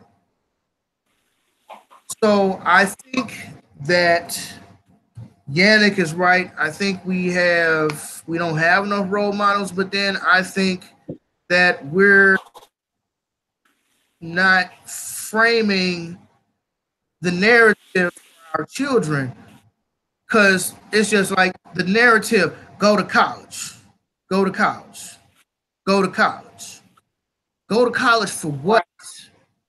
What are you going to college for? If it's a Jewish community or an Asian community, I'm going to college. Okay, we're going to sit down and we're going to discuss what college. First, we're going to discuss what do you want to study in college. Do you want to study agriculture? Do you want to study technology? You know, AI, artificial intelligence. What do you want to study? Do you want to study mechanics? Then, okay, that's what you're going to study. How is that study going to benefit our community? No, that shit don't benefit us. You're going to have to choose another. That's true. When we go to college, we choose like a handful of there's only like a handful of majors that we go for: criminal justice, political science, social work. You know, stuff that we've seen that works, or we've seen other people that look like us do. But there is an issue of women going into the STEM like category, like, you know, science, technology. I don't remember what the acronym stands for, but basically any kind of technology degree, science degree, you know, we don't really go into that, and that's where the money is, to be honest. Becky, hello? You still Yes. there, Nick? Can you hear? Can you hear, I'm just Becky? listening. You just listening, is you? Do you have some input on that, my sisters? I come to school in college. We go You want to what go to we go college to be a CNA? pretty much. We go what we're surrounded by. We don't go with direction or someone telling us or giving us an understanding of why it's important, how that's going to help you, how that's going to help your family, and then how that's going to help your community. People typically do what they're surrounded by. Like my family, I have a family full of CNAs and LPNs. Out of all of my mother's children, am not a CNA. Now, Is a CNA a good job up there? no, you don't get No. paid. That's barely minimum Oh, wage. The CNA basically does all of the work that the nurses don't want to do, or I'm sorry, the nurses get paid too much to do. The CNAs get paid to wipe ass and give baths.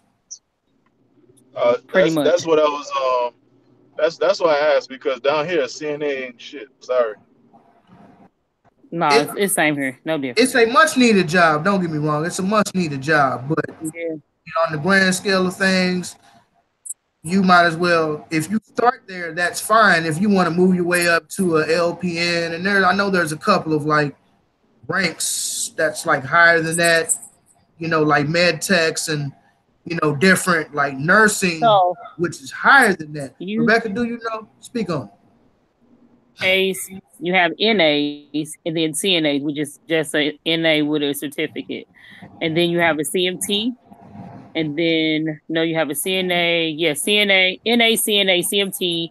Then you have an MA. And then, which you really don't need the MA if you're a CMT, because a CMT is just started with the MA certification, whatever. So then after that, you can go to LPN school, which a lot of people used to want you to be a CNA because they wanted you to already have experience with patients before you become an LPN, but a lot of people didn't want to do CNA work anymore because they didn't think it was beneficial.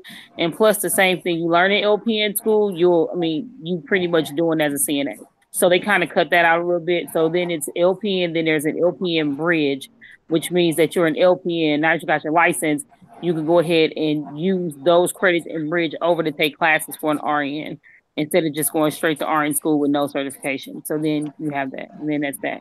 Some people go get their master's degrees in RN. Some people don't think it's the point. It's kind of, you pretty much making the same money. You're just paying more money in school. No big deal. That's that. Well, you can get a. Now I have my LPN license. I just couldn't do it. That's just not for me. It just wasn't for me. And kind of, well, not necessarily. Kind of feel a little. Well, I really don't care, but kind of shunned by some of the members of the family because mostly everybody, all of my sisters and all of my cousins are either NAs, CNAs, CMPs, and LPNs. And I'm the only one that isn't. Like, I don't work in that field at all. Nothing to do with that field. I know a lot about it. Like, I went to pharmacy as far as like medication and stuff. But I know a lot about it and stuff like that. But it's just not the field for me. Do you have a degree in ham bone? For what? What kind of stupid question is that? No, nigga. Like, that would be like me asking you, do you have your certification in Cooning 101? I'm a certified coon. I got my certificate right here. It says it right. I'm a certified coon. So you with Stephen A. Smith, Cooning for Capital. Okay, as long as I get it. I went to coon school with Steve. I sat behind Stephen A. in coon school. Nigga, you couldn't even say that without laughing. Stop it. Stop it. I got a certificate in buck dancing. And Yannick sent over like, huh? What you said? No, what were you saying? No, I was gonna say that you can get your master's as an RN, but you can. It's called a nurse practitioner or a ARNP. No, ARNP or a physician's assistant. RNs can get the ANRP. LPNs can get like a nursing practitioner license, and then once they get their like they can go to school for nurse practitioning, and then when they get their degree and certification, that's when they become licensed nurse practitioners. Oh, okay. Or practical nurse, whatever. Well, down here you make good money as a ARNP or You can make some good money. I will say this: you find you a good place to work, LPNs or RNs can make some bread. But I'll tell you right now, I make more money not being an LPN than I did as an LPN. And it may be because I didn't have tenure, but yeah, there's no point in staying an LPN. You might as well just go to RN school to get that bread. That's what you're going for. But LPNs, I just feel like they don't get paid a lot of money because I know an LPN and all she making is $16, and I make way more than that, and I'm not in there. Hey, listen, money kind of low right now, so maybe you can help me out. I thought he was saying like his battery was low on his phone or something like that. No, my money kind of low. My money kind of funny. Can you loan a nigga? He said I'm kind of low right now. On the wimpy side of the game, I'll gladly pay you Tuesday for a hamburger today. Yeah. Oh, that was that pimp. Hey, Popeye and Bluto fell for that shit every time. He'll get a hamburger from Popeye. He'll go right across the street, run that same game. I will gladly pay you next week for a burger. They'd be like, oh, okay. There you go. Man. I don't think they ever caught on to that shit, to be honest with you.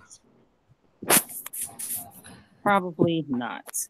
Man, have you been noticing that the pedophile community has now been trying to come out and say that pedophilia is a sexual orientation and not a mental sickness?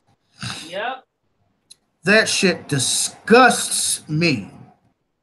Like, pedophilia is not cool. I don't give a fuck if it's R. Kelly or anybody else. Pedophilia is not fucking cool. But I hate to be an asshole, but I'm gonna have to be an asshole for a minute here. I've been telling you motherfuckers for years that first they're gonna legalize gay marriage, then the transgender, transsexual shit gonna start popping off, and eventually they're gonna have pedophilia coming up next. No, that ain't right. No, all gays want to do, they just want to be married.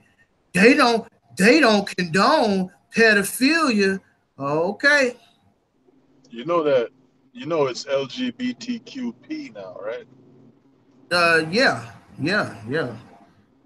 I think there's a couple of more letters. Before long, they're gonna colonize the whole alphabet. It's I'm sorry to say this, but it's ridiculous at this point. Man, if you touch one of my family members, that's like my niece is 12, 13. Mm-hmm. Beautiful, tall, mulatto child. I love my niece to death. She is a beautiful little girl. If I found out somebody had touched her or my nephew who's like 5, I'm finna be ready to go to war because that shit's unacceptable. It's just like I seen this video on Facebook the other week. This black dude was in a stall, and I'm not sure if he was taking a shit or something like that, or maybe I don't know. But this black dude was in a stall and he was recording, and it was this weird, like old looking white dude with scraggly hair and shit, straight looking under the goddamn stall. Was in the stall next to him, and this motherfucker, and homeboy looking at him like, wow, the fuck is you doing? And nah, I think homeboy knew that he was in there. I don't know if he's seen dude before, but whatever it is, he knew that he gonna have to turn his phone on and record this bastard. And this motherfucker down on the floor trying to peek underneath the motherfucking stall in the toilet. If I was dude, I would have stomped a mud hole in his goddamn face. I would have stomped the shit. Matter of fact, I probably would have went next door and beat his motherfucking ass and let him in that guy, leave him in that goddamn stall, wash my hands, and walk the fuck out. I got a lot of questions about that. One, the obvious question is, are you gay? Are you looking for gay sex? Okay, that's the obvious question. But dude was sitting on the toilet, so he must have been taking a shit. Why are you trying to look under a stall when somebody's taking a shit? Is that what we doing now? I mean, Does that do something for you, bro? I don't understand. Ain't gonna be no asking questions with me. I'm gonna go in there. Now, as soon as I get finished with that shit, I'm gonna wipe my ass real good. I'm gonna go next door and I'm finna beat his ass. And I'm gonna walk out the restaurant. Cause that shit's unacceptable, bro. What if that was a little child? What if that was a child? And just the fact that, you know, it's bad enough when you're a straight pedophile. It's even worse when you're a gay pedophile. You in a men's restroom and you peeking under the stall at another man. I swear to God, if that was my niece or nephew, one of my cousins, somebody, I'm beating your ass. Off the rip. It's unacceptable. See, people got to learn. See, it used to be a time when habitual line steppers got their ass beat. Yep. I do that nigga just like Charlie and Eddie did motherfucking Rick James. You black motherfucker. Yeah. Fuck you, nigga. You can buy another couch. Motherfucker. Right. Swear before God, bro. That is not cool. That is not cool at all, my nigga. Not cool at all. Sorry, y'all. I had to step out the room. Oh, did you now? Yeah, can't let my food burn. Right. Now, what do you think about that, Rebecca? For as pedophile? Yeah. They trying to legalize it. They're trying to legalize it by saying it's a sexual orientation and not a mental disorder. No, nigga, that's a problem. Because that man, do you know what just know? Do you know what kind of worms that's going to open? Nigga, you can walk in the mall with your kid and this pedophile, say it's legalized, and this pedophile come up and grab your 8-year-old daughter's ass. And what can you do about that? I mean, of course you could kill him, but he ain't going to jail because it's a sexual orientation now. Like, what kind of who thinks of this? Tell you right now, and some nigga come grab on the ass in the middle of the mall. I'm going to find the nearest sword or gun shop, and I'm going to shoot this nigga up in front of everybody. Now, Rebecca, you had a similar situation with your former stepdaughter in the Burlington Coat Factory, did you not? Oh, that was a long time ago. Well, why don't you speak to the family about your situation with said pedophile? I'll say this. I won't even speak to that one. I'll take it a little bit further. So, same kid who was being touched by her mama's boyfriend. Uh-huh. And same kid who was being touched by her mama's boyfriend. Oh, hell no. And she came to us and said something. Well, she said something to me about it.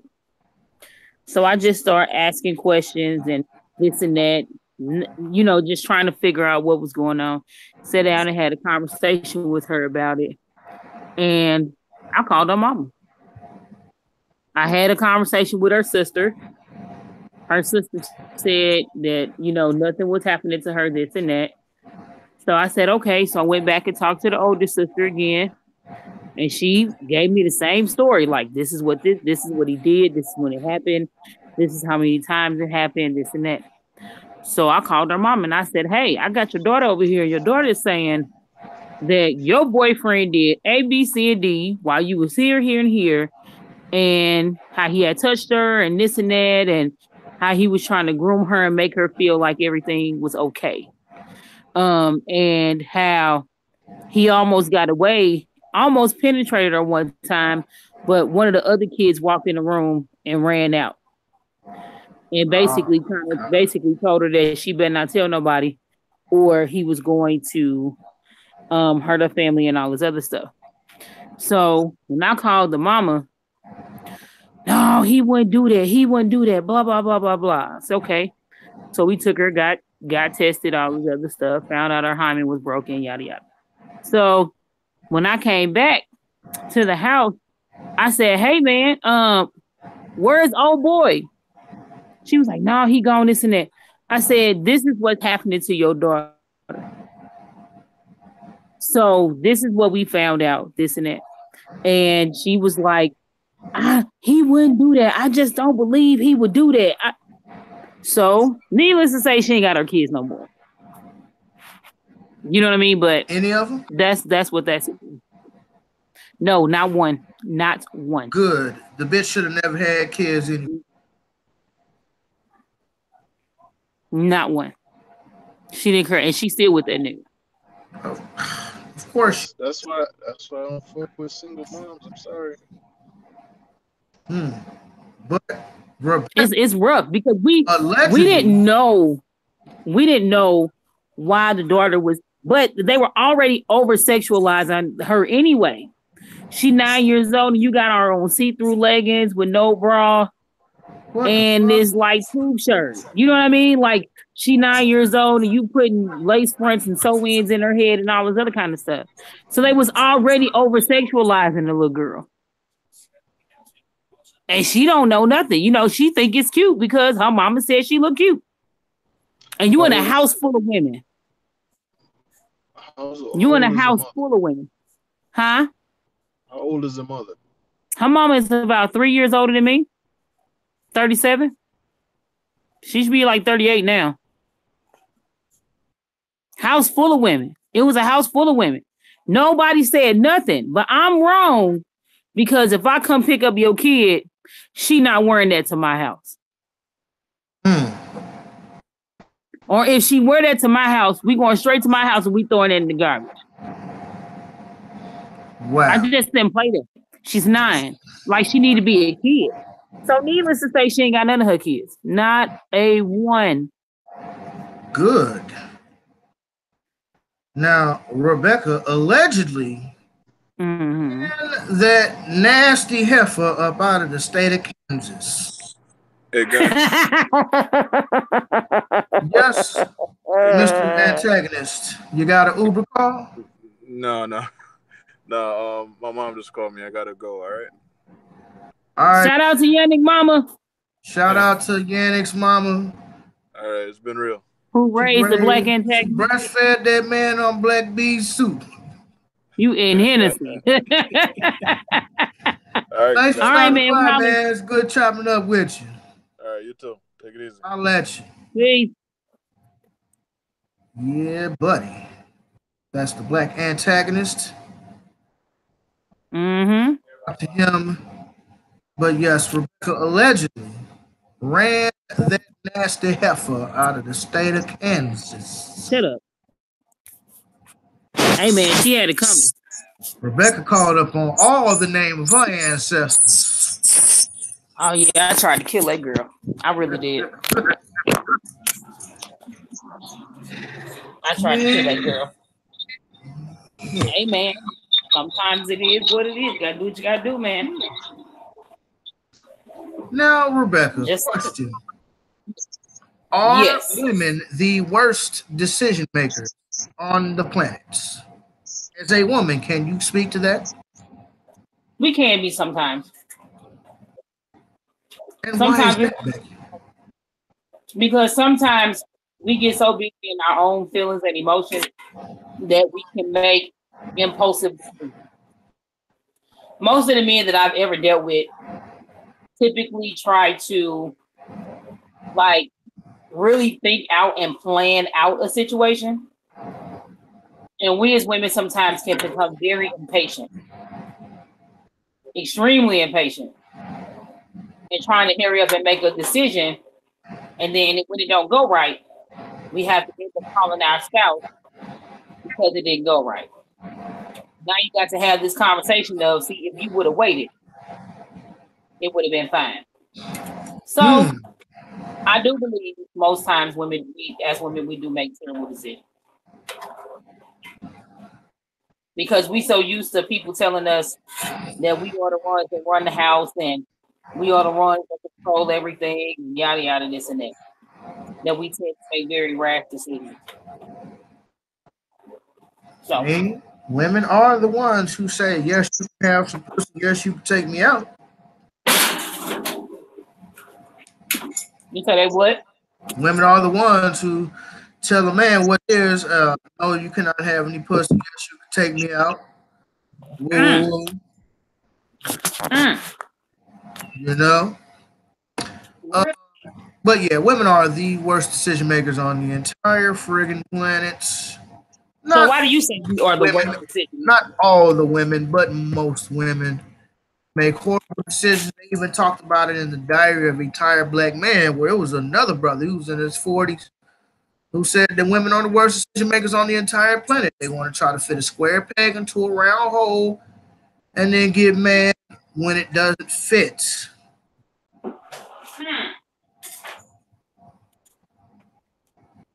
So, Dorothy, the brown bear bitch, makes horrible decisions. Own up to the men that she picks to marry, date, whatever, have children with. Even though I think she should be sterilized. Yeah, women make horrible decisions, man. Like, even the females that I've talked to or just be having conversation with be like, oh, well, such, and this happened, and woo, and he hurt me. Okay, what did you do to allow that situation to come to pass? Well, that's fair. My man cheated on me. Okay, it was just like this one chick in the Diary of a Retired Black Man movie. She was like, well, I was dating this brother for a whole 2 years, and then I found out that he was married. Wow. I fell in love with this motherfucker, man. So, dude, like, so all men ain't shit based off of what you did. How do you date somebody for 2 years and not know they married? Man. I think because the girl was like, well, every time we went out, I paid, and he never did have no money, and woo. Wow. And then I found out that he was married. I done fell in love. Like, hold it. You mean tell me you paid every time y'all went out, and that's not a red flag? Man. You don't never have any money? At all? At all. Like I say, I will pay for the first date. I will always make the initial investment because in order to have a friend, you must be a friend. And that's relationships and anything. So I'll pay for the first date. I don't care. You know what I mean? I like women who pay. You know, that's one of the things that I loved about Kim. Like, she paid and didn't have no problem paying. But again, her fucked up decisions had led her back down to the same road she's always traveled on. But it's just like when she was like, hey, today's your day. We can do whatever you want to do. I was like, a day for me? Damn, like, I was just taken back because I'm like, well, damn, no female that I've ever talked to has ever offered me to give me my own day. Whatever I want to do, I was just like, oh, damn. Let me think about it. She like, oh, call up your weed man. What? But my dude stayed in the West, and I was staying on the South at the time, and we had already just came from that area from church. So I'm like, well, if I had known, we could have just stopped by his house and then went home. So she's like, you don't want to call your weed man, babe? Nah. Because I didn't have a car, and it's a Sunday. I'm damn sure not going back to the north side from the south side. Like, I'm not doing that. And then we was supposed to go to, like, Red Lobster, and then by the time we got home and kind of chilled out, it's like we really don't feel like going nowhere. She's like, well, I really don't feel like going nowhere. I was like, I don't really feel like going nowhere either right now, to be honest with you. So I'm like, well, let's go to Emos. Get some Emos, we go to Quick Trip, get some wine or whatever. We can just get back at the house, chill, watch the company. Cool. But you mean to tell me? Now, mind you, that was after I paid for like half of her bus ticket to get down. I paid for us to go see Umar Johnson. Right. $40, I think. I think that was like $40, $20 a ticket. And I also paid for our dinner at Applebee's afterwards because we left from the Umar Johnson lecture, went up to the Forest Park, Applebee's. Right. And I paid. And I didn't have no problem paying. But one of the things that she said to me, which kind of shocked me, was like, never met a dude who never had a problem with paying. I was like, really? Wow. She's like, yeah, you pay? I'm like, yeah. Why wouldn't I pay for us to go have a good time? Like, I mean, don't get me wrong, she did pay for the cab coming back to the crib when I picked up from the station, but I paid her back the next day because I didn't have any money and my direct deposit didn't hit till like 3 a.m. So unless we just gonna be sitting up at Greyhound for a few hours, I was like, hey, can you get the cab? And then I'll pay you back when I get paid, in the morning. Oh, no problem.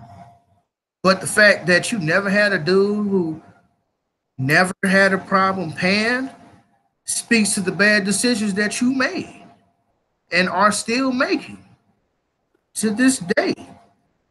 Yeah. But I think that women think more so with their emotions instead of thinking rationally. And I think that's why women make poor decisions, to be honest with you. They don't think rational. It's like you see a dude, oh, I like him, but there are some things that I need to change about him. Okay. A man does not come, most men don't come into a situation, oh, I like old girl, but I'm going to have to make some changes on her to fit me. That's dumb as hell. That's dumb as hell.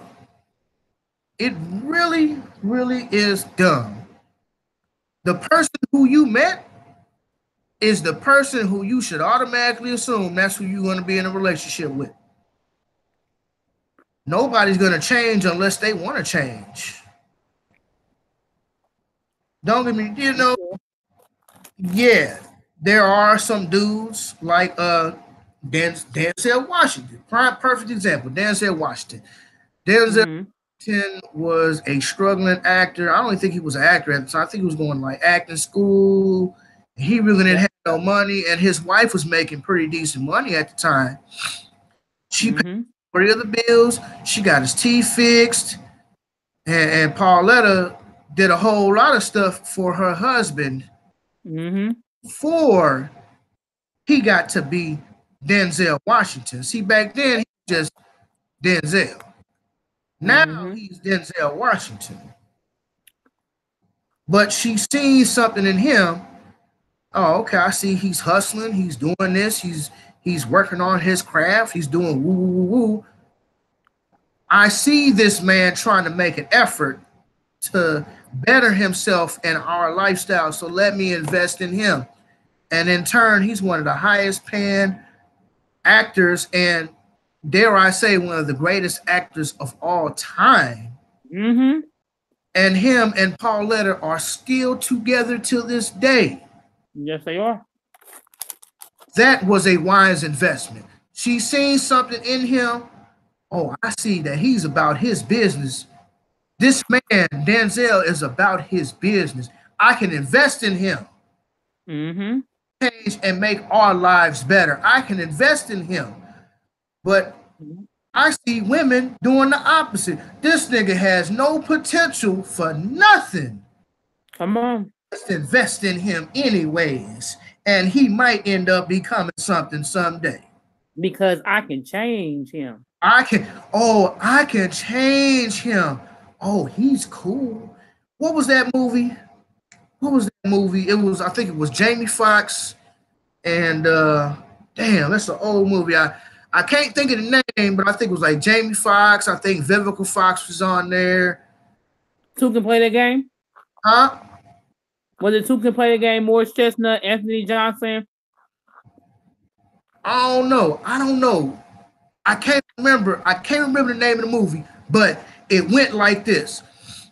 Homegirl, I don't know who it was, but homegirl had money. And she seen this dude, I think it was like Bobby Brown or somebody. She seen this dude, he was kind of disheveled looking. She got his hair cut, got the nigga teeth fixed, bought him some clothes, got him a car. I know it's something I can't think of the name of the movie, but I know exactly what I'm talking about. And as soon as homeboy got on, he left ass. Mm-hmm. I got a project. See, women like projects. Mm. Women love to have a man that's a project. It's just like a house. You see a house, if I just paint this and then I can pull up the carpet here and I can put and refinish the hardwoods and I can put a deck on the back. Oh, this is gonna be nice. I'm gonna put up some curtains. Oh, girl, this house gonna be nice. I'm gonna fix this house up good. You do that when you see a nigga. I can get his teeth fixed, girl. And I can do such and such with this man. And oh yeah, I can invest in this man. And that man ain't showed you shit. Nothing. About why he should be worth it. Exactly, about why you should be investing in this dude. It's just like you go, like we have a thing, it's called LRA, Land Renewal Act or something in St. Louis. Basically, they're the program runs all of the vacant houses in St. Louis. So you can go LRA and you can find you a house, a storefront, apartment, whatever, for the low because they're all vacos, right? So it's just like me. I can go look at a house, and if I'm Two can play that game. It was Two can play the game. My bad. Yeah, Two can play that game. You exactly right. Two can play that game. I couldn't think of the movie. But anyway, that's just like me looking at an LRA home, and I know a little bit of something about so I can look at this house. It's got a house. If I buy a Vaco, it has to have 3 solid deciding factors. 3. It has to have a good foundation. The brick has to be good, and it has to have a roof. Right. It might not be the best roof. You might have a few leaks here and there, but those 3 things will cause me not to buy that house. Your foundation got to be good. That's the essence. That's the foundation of the house. It's the foundation. That's what your house sits on.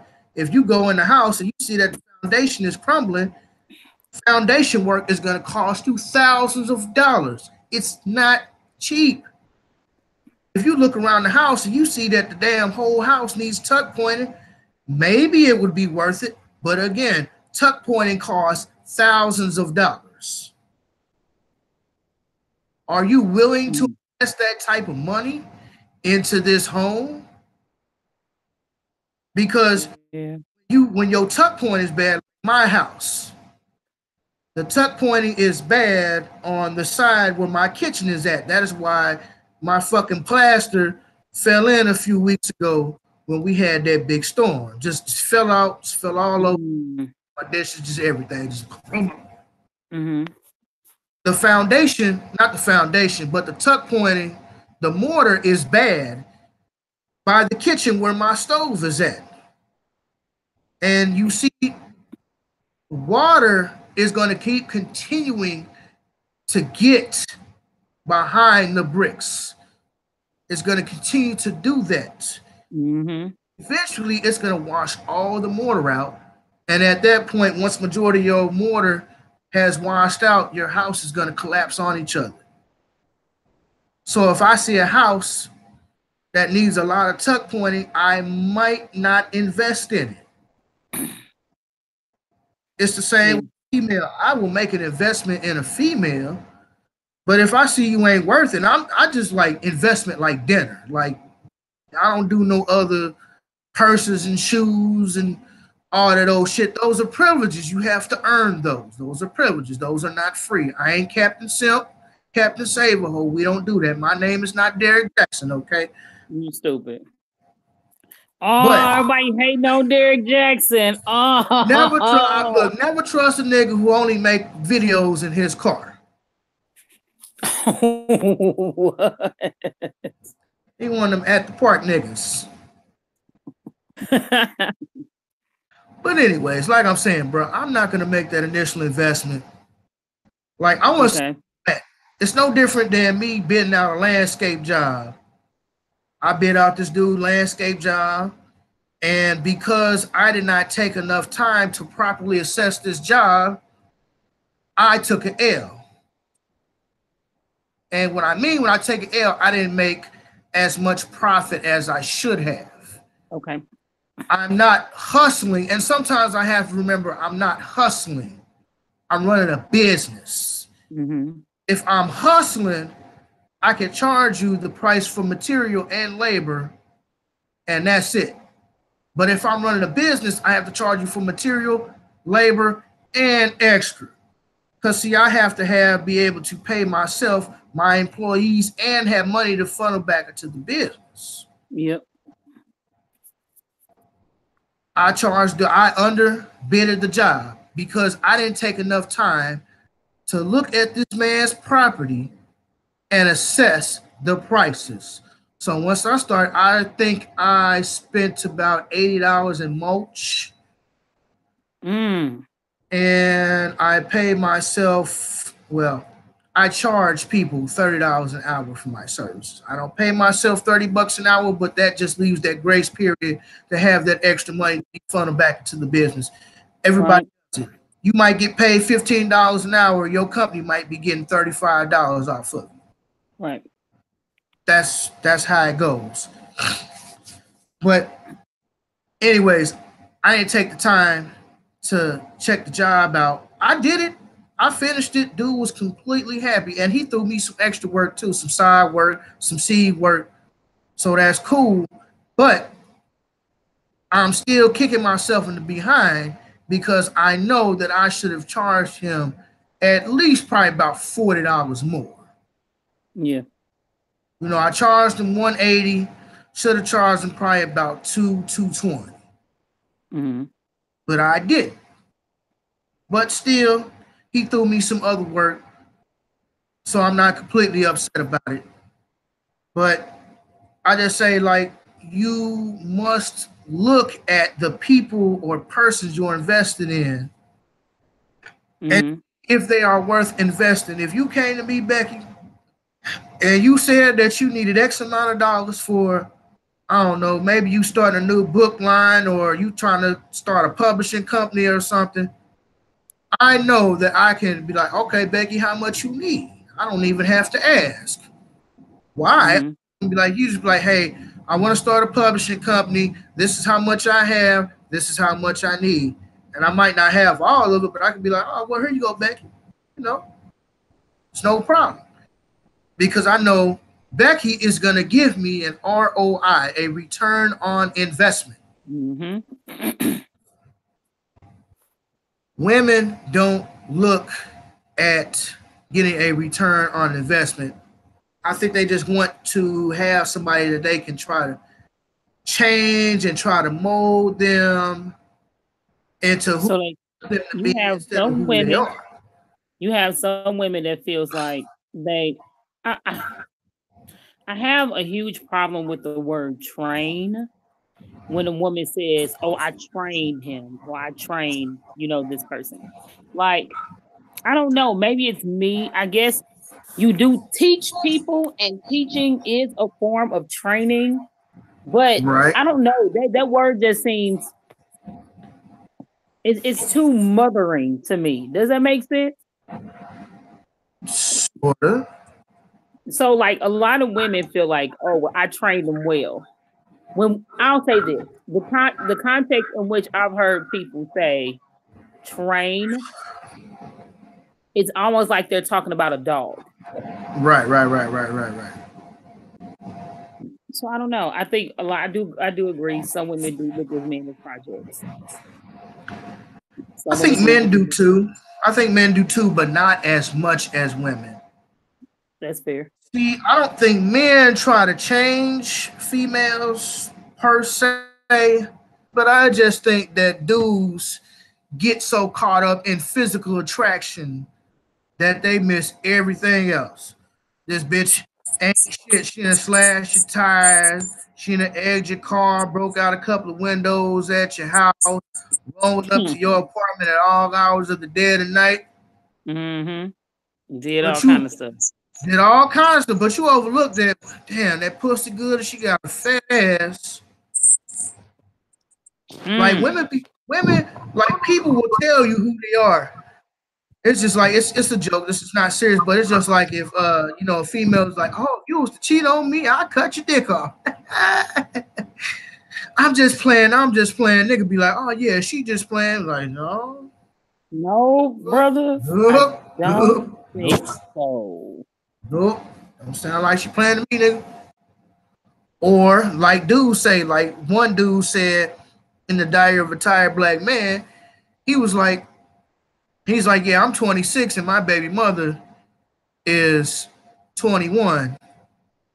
And she's not at a maturity level that I am. So he's like, unfortunately, I have to stop calling her, stop seeing her, stop calling, seeing my son, everything for her to understand. Like, you can't be mad at me simply because I don't want to mess with you. Does that make sense? Mm-hmm. So I think men do that a lot. You try to get a little young girl. I think men get so caught up in the bodies of it all. She got titties, ass, oh, she beautiful. Oh, she got long hair. And we just forget all about the craziness that the woman might have. Mm-hmm. And I think women try to ultimately change men for their purposes. That's what I think.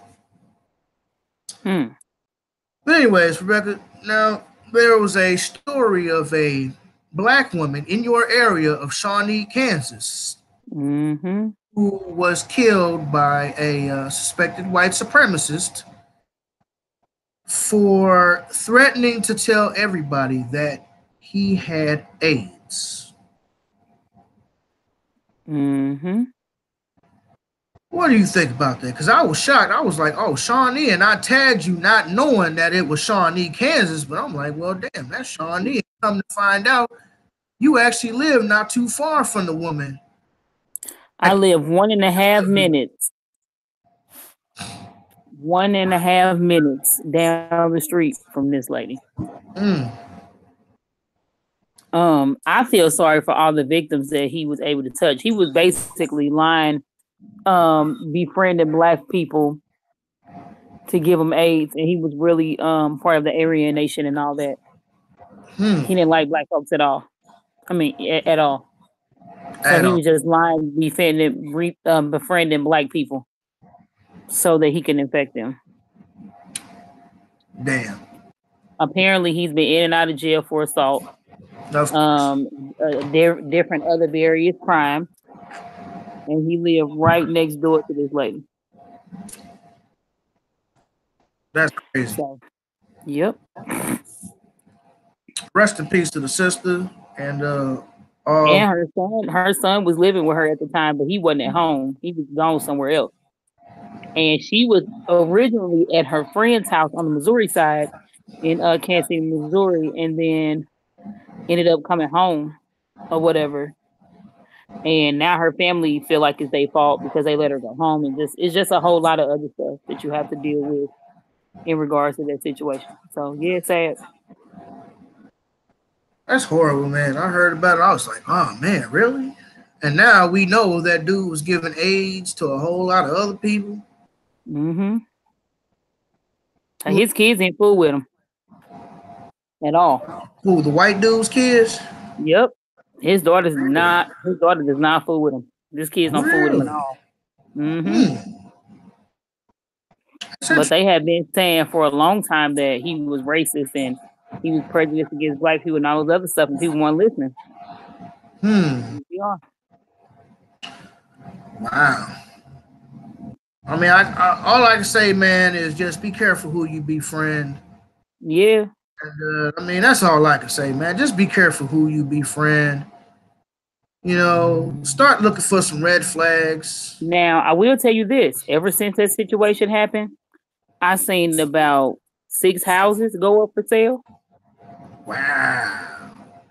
I done seen like 6 houses. Matter of fact, 2 of them on the same street I live on up for sale. And then it's like a couple more other houses that's up for sale. Up and down the road, at least 6 since that day. Yeah. That's crazy. Mm-hmm. And the people who have these houses, they've been living here for years. Like, they've raised their children in these houses. They just like, nope, time to go. Damn.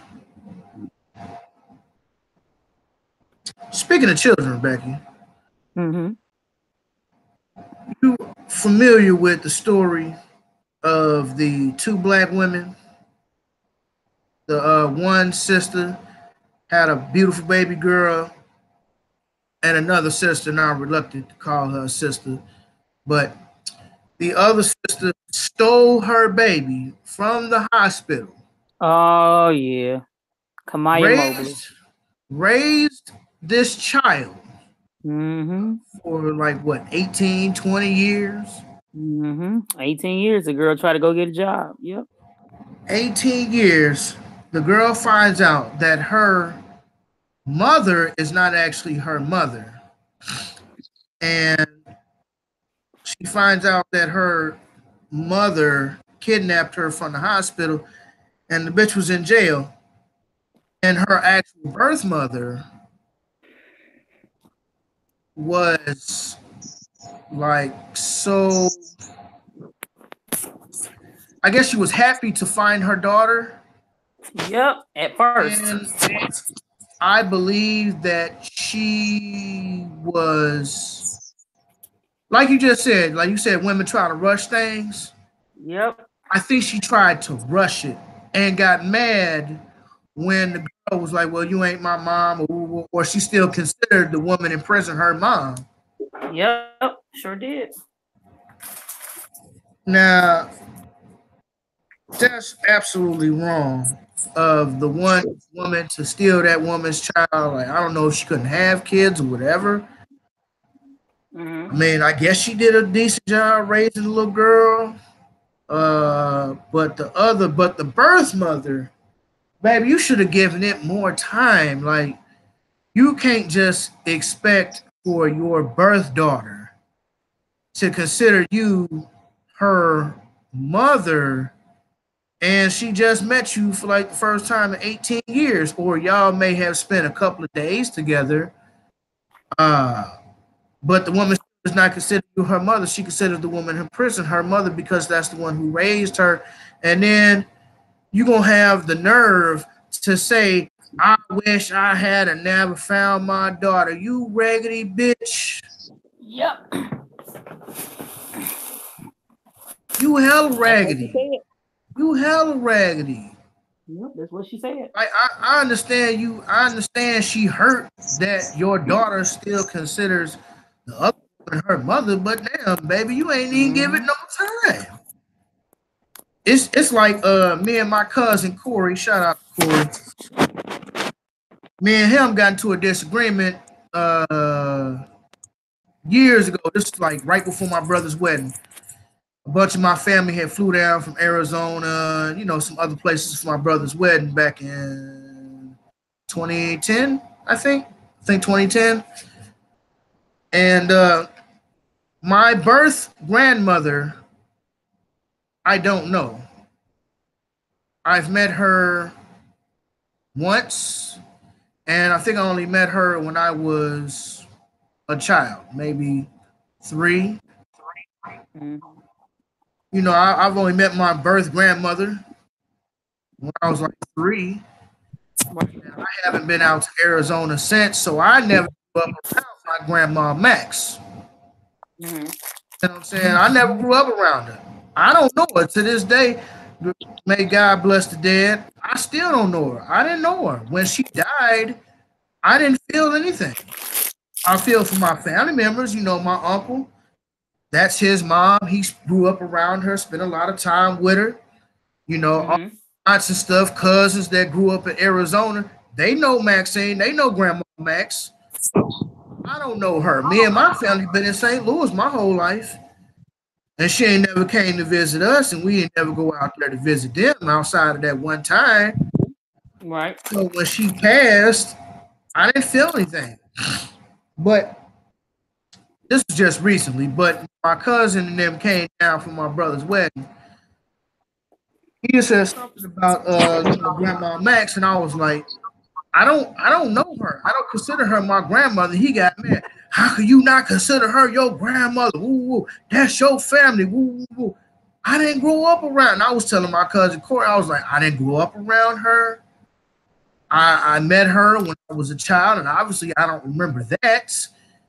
I don't know her. I wasn't raised around her. She's never called me or my family. She ain't never came out here.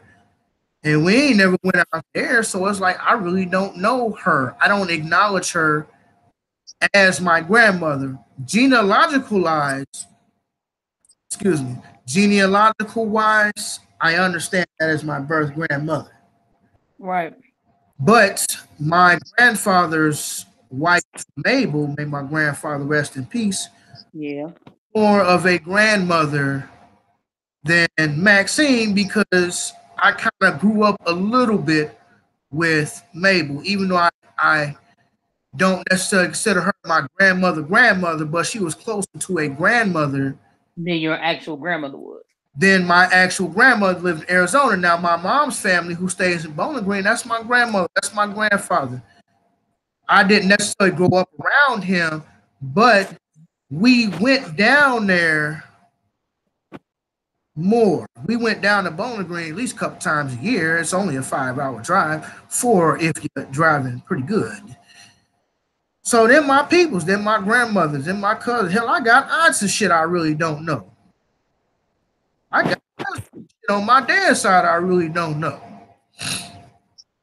You know what I mean? Can't be mad at your daughter not acknowledging you as her birth mother when she was never raised around you. For 18 years, she was raised by this woman. Yep. And that's her mother. And she didn't even, I feel like she didn't give her any time to process her emotions, didn't give her the time to think it through. You didn't offer, I'm not saying 100%, but I don't believe that she offered her any like counseling sessions. Like, hey, I know this is rough for me. It's rough for you. You know, can we at least start by having dinner? Yeah, that's fair. Can we go out for some ice cream? You know, I didn't know my uncle. My Uncle David, I didn't know my Uncle David.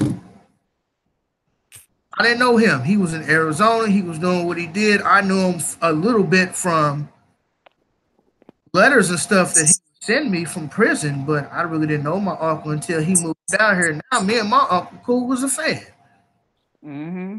That's my partner. I love the shit out of my uncle. He cool as a mug. but I didn't know him. I didn't understand why he was a Christian in one letter and he was a Muslim in another. I didn't understand that until I talked to him. He was just like, look, I was in prison. I was doing some studying. I was doing some reading and some researching.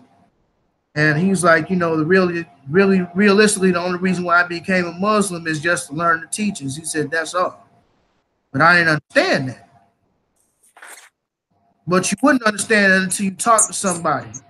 Yep. But I just think baby girl rushed it, and she got mad when your daughter didn't automatically come around and consider you her mother after she's been raised 18 years by somebody else. Rebecca, would you like to speak on that? I agree. I think she got mad because it didn't go her way. Could you speak up a little bit louder, please? My bad. And brother, got some stuff we got going on. I can't barely hear you. Hello? Hello, can you hear me? Hello? I can hear you a little bit better. Yeah, it's phone being stupid. I don't know what's wrong with it. Anyhow, I believe that she got mad because it didn't go her way. That's what I believe. She got mad because it didn't go the way they dreamt about it going. I think that she had a vision in her mind about how it was going to go, and it didn't go the way that she thought it was going to go. So she got upset. I feel like when you have a child like that, I do agree, that's something that you have to take slow. You cannot rush into that kind of situation. You can't because she don't know you. And when I watched her video, she was like, you know, I got 4 other kids and one that's getting ready to graduate and yada, yada, this and that. And I need to focus on them. And she don't understand the toll she's brought on her, you know, her other siblings. And, you know, 2 years has passed and I haven't received a phone call or a Mother's Day call.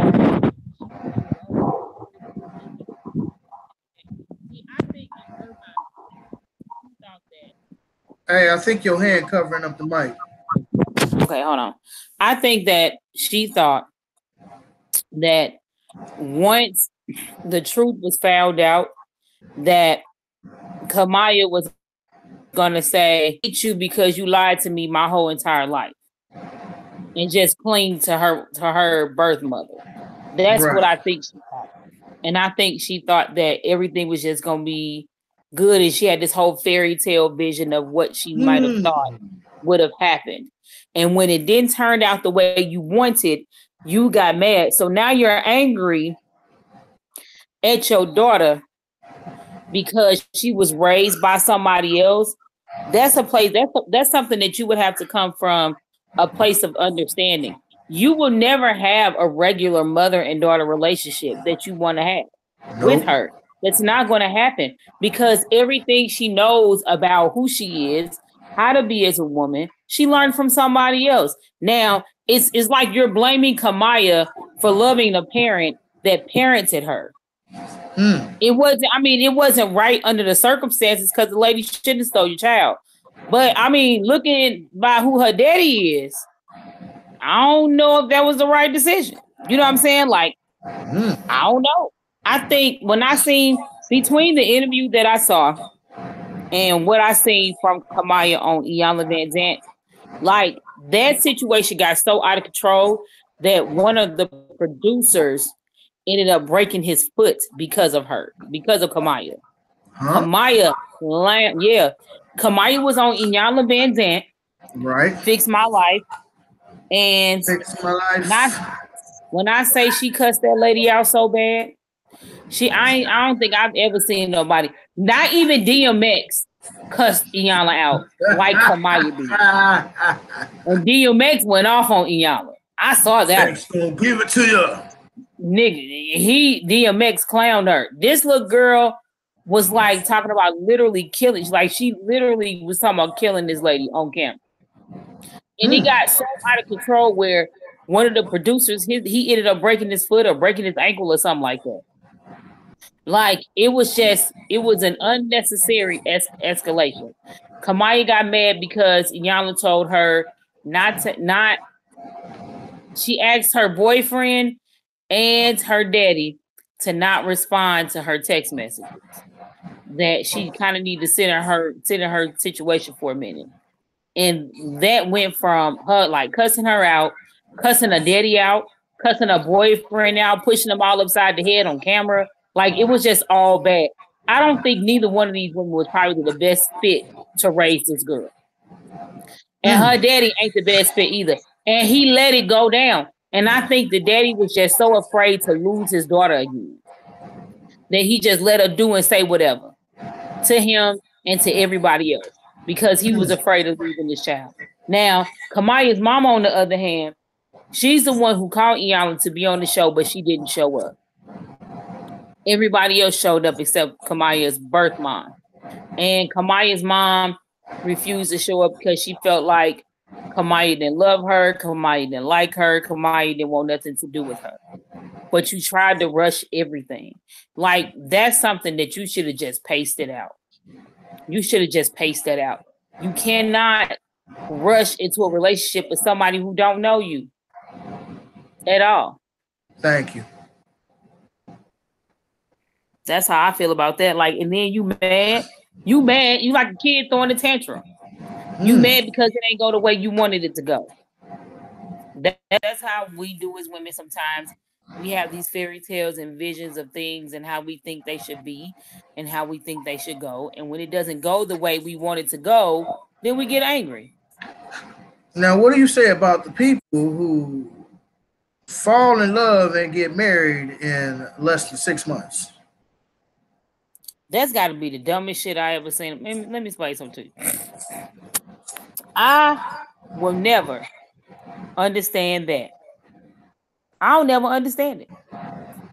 I got some friends that say that, I don't know if they still saying it, but they used to say that they need to be engaged in 3 months, married at 6 months. You don't know nobody by that time. Hell, people was clowning me and Regis for taking so long to get married. But I was like, dude, we were still learning each other. We still learning each other. Well, it could have been a little sooner. Could have been a little sooner. At least a year. It could have been a year earlier. But, you know, whatever. Like everything's a life and death decision. But moving on. Of course. Of course. Do I want sour cream or do I want barbecue? Bruh, that's 3 days. Nigga, why don't you just get both? Shit. Look, when I can't decide, I'll be like, damn, do I want this or do I want that? Damn, I can't decide. Yeah, that's a 3-day conversation. Get both and get up out of this store, hell. Man. Nigga, I got some Sweet Baby Ray's and I got some Bandanas barbecue sauce. Like, not Sweet Baby Ray's. Yeah, I got the Sweet Baby Ray's and the Bandanas barbecue sauce. Hey, today I might be feeling Sweet Baby Ray's for my barbecue.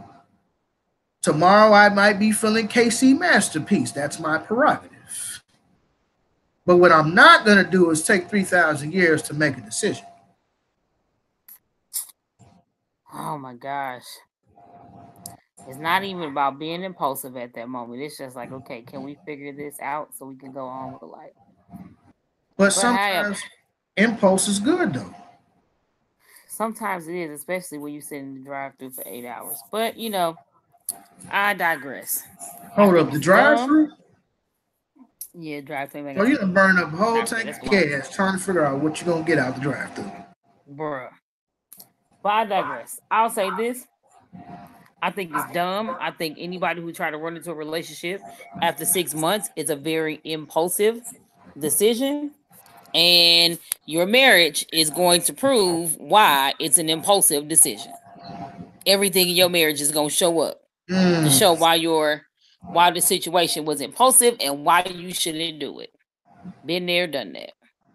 Nigga, I want some emos. No, I want some emos. Cheese and crackers.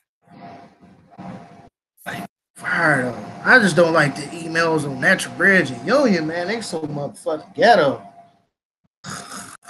Is the pizza good or the customer service is terrible? I know the customer service is definitely horrible. The pizza's cool.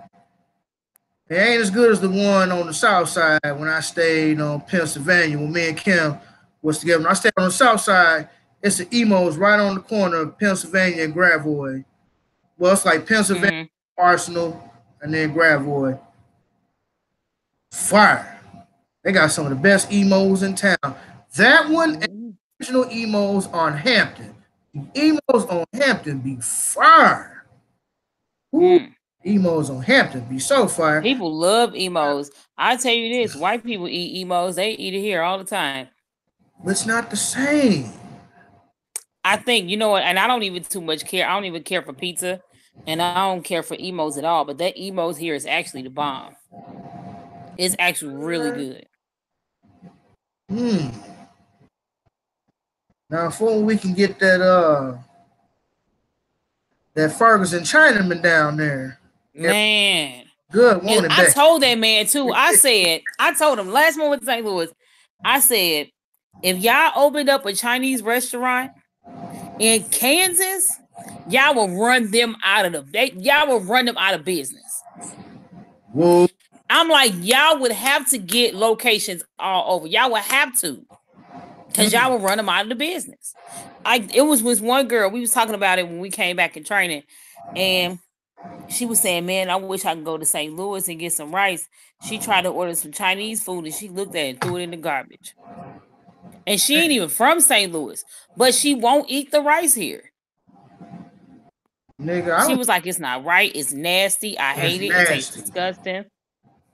Man, I don't know if it's all Chicago. But I remember when we went up to Chicago for my brother's naval graduation, we went to like a Chinese buffet. That shit was so nasty. Yeah, it was nasty. I don't know if it's all of Chicago or just that one restaurant, but they rice was nasty.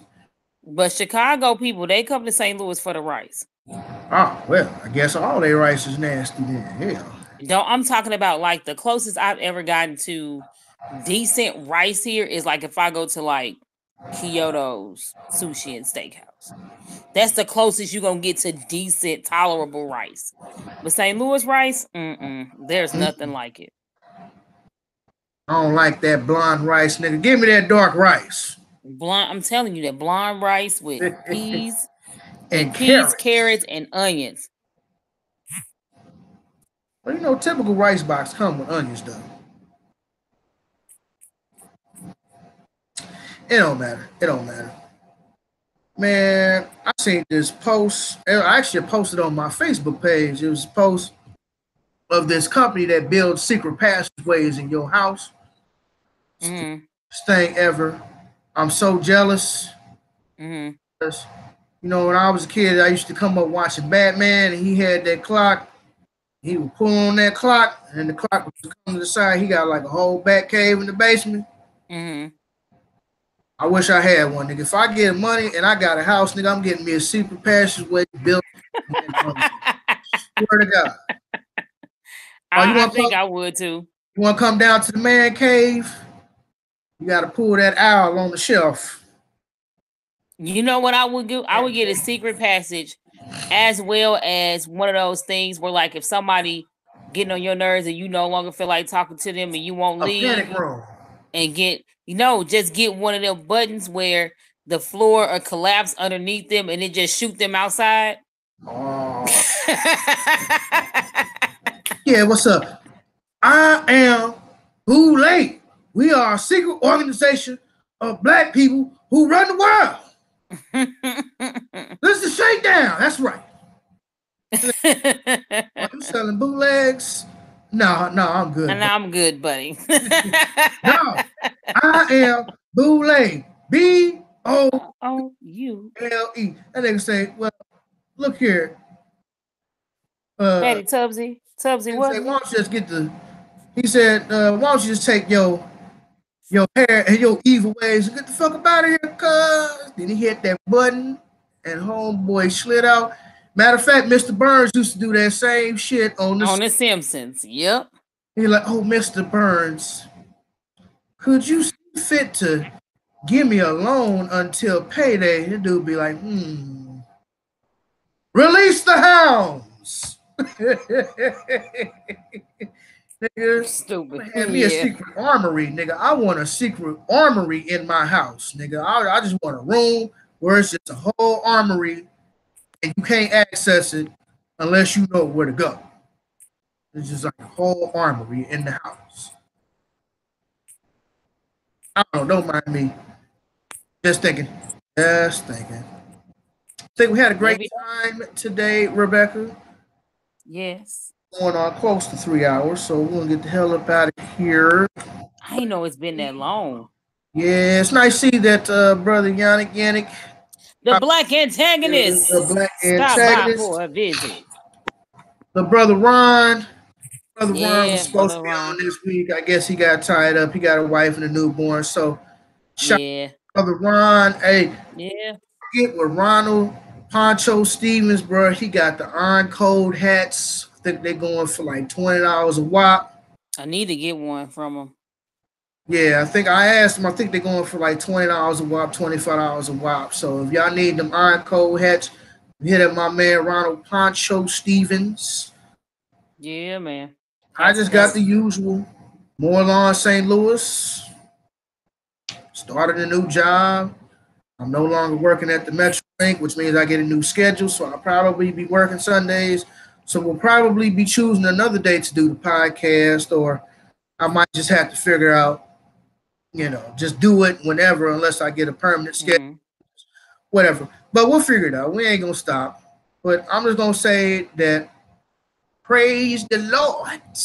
You ignorant. You don't even like. I do less work for more money. Nigga, I'm guarding Save-A-Lots and Aldi's now, nigga. I'm no longer on the Metro Link. I had to get away from them. Matter of fact, did I tell y'all why I quit? I don't think you told them why you quit. I don't think I told y'all why I quit. Well, the week before last, now, mind you, I have been employed with the new company for about a month. I had a security license updated. It was expired. I had to shoot twice. Had to do my annual and semi-annual, which is supposed to do every 6 months in a year. I did not do that. I dropped the ball, but I didn't do that. Then I had to try to find a gun that I could use, and I was driving around for like a whole week trying to find a revolver that I could use for my work for a reasonable price. Everybody I went to, like pawn shops in St. Louis, trying to get them new gun prices. They want to be charged you $350, $400 for a brand new revolver. I can go to Cabela's or go to Bass Pro and go buy one. That's had I known that I could have used my EDC, my everyday carry. If I had known that I could have used my EDC, I would have went ahead and just paid the $200 to take the semi-auto class. It's 2 days. And all you got to do is provide like 150 rounds of ammunition. What you ass for, nigga? What you bucking your ass for?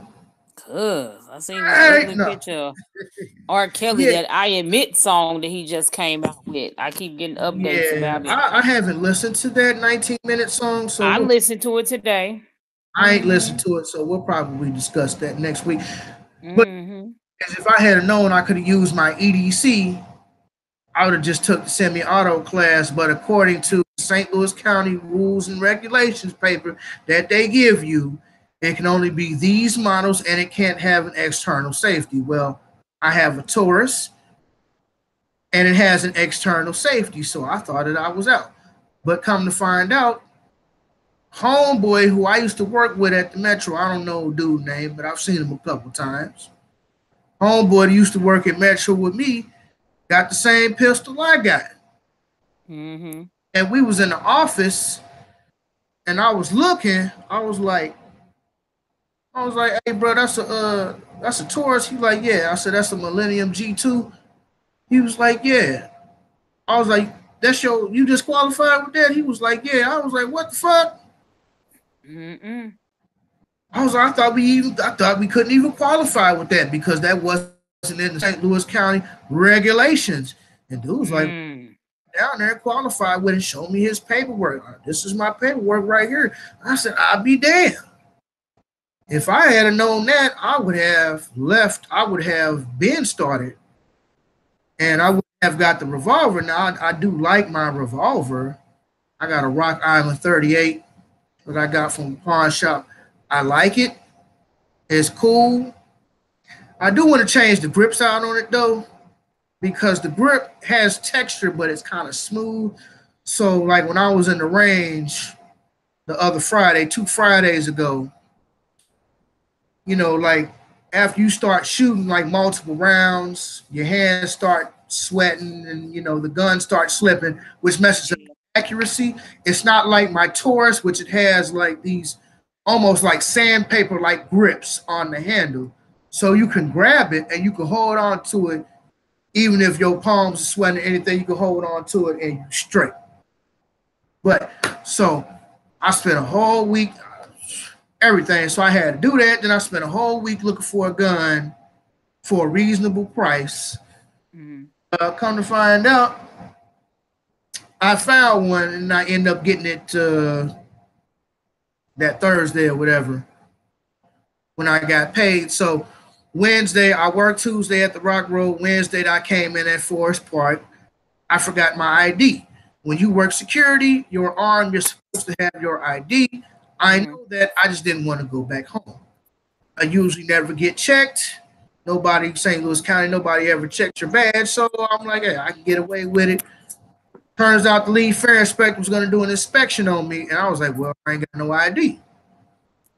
So I called Bob, and Bob's like, well, you got to have that. You know, you're going to have to go home and go get it. I'm like, well, if I go home, I ain't coming back. Because I had another job and I was already hired. I was just looking for my pistol and I had to qualify that pistol and that's it. So I'm like, well, if I go home, I ain't coming back. He's like, well, if you go home, then we'll just take that as your resignation. And I was like, all right, well, I guess I'll go home and come back. He's like, okay. Across the street, clocked out. I told dispatch, I was like, yeah, I'm going to go home and get my badge. I'm going to come back. She was like, oh, okay, cool. I hopped in the truck. By the time I got to Delmar and the Bolivar, I was like,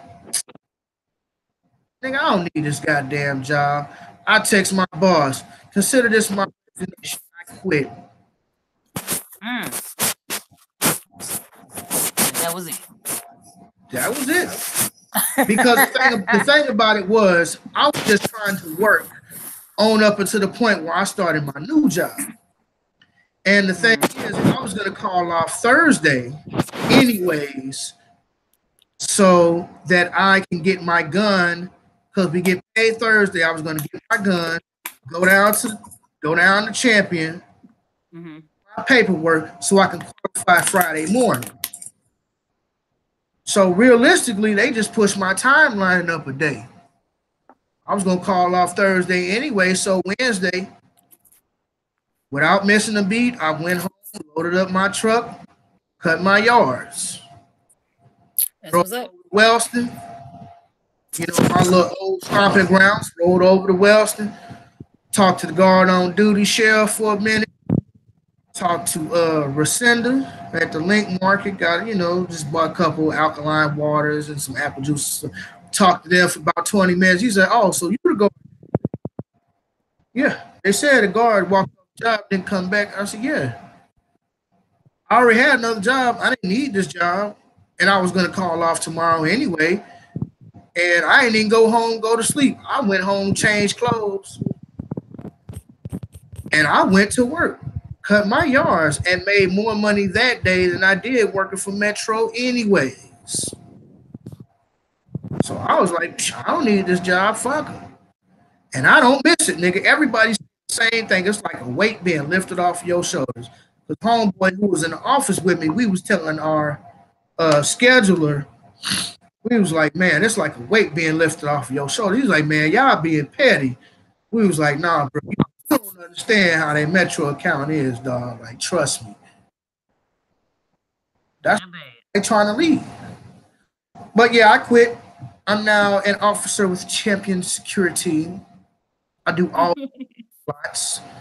Much Champion. paid more to do less.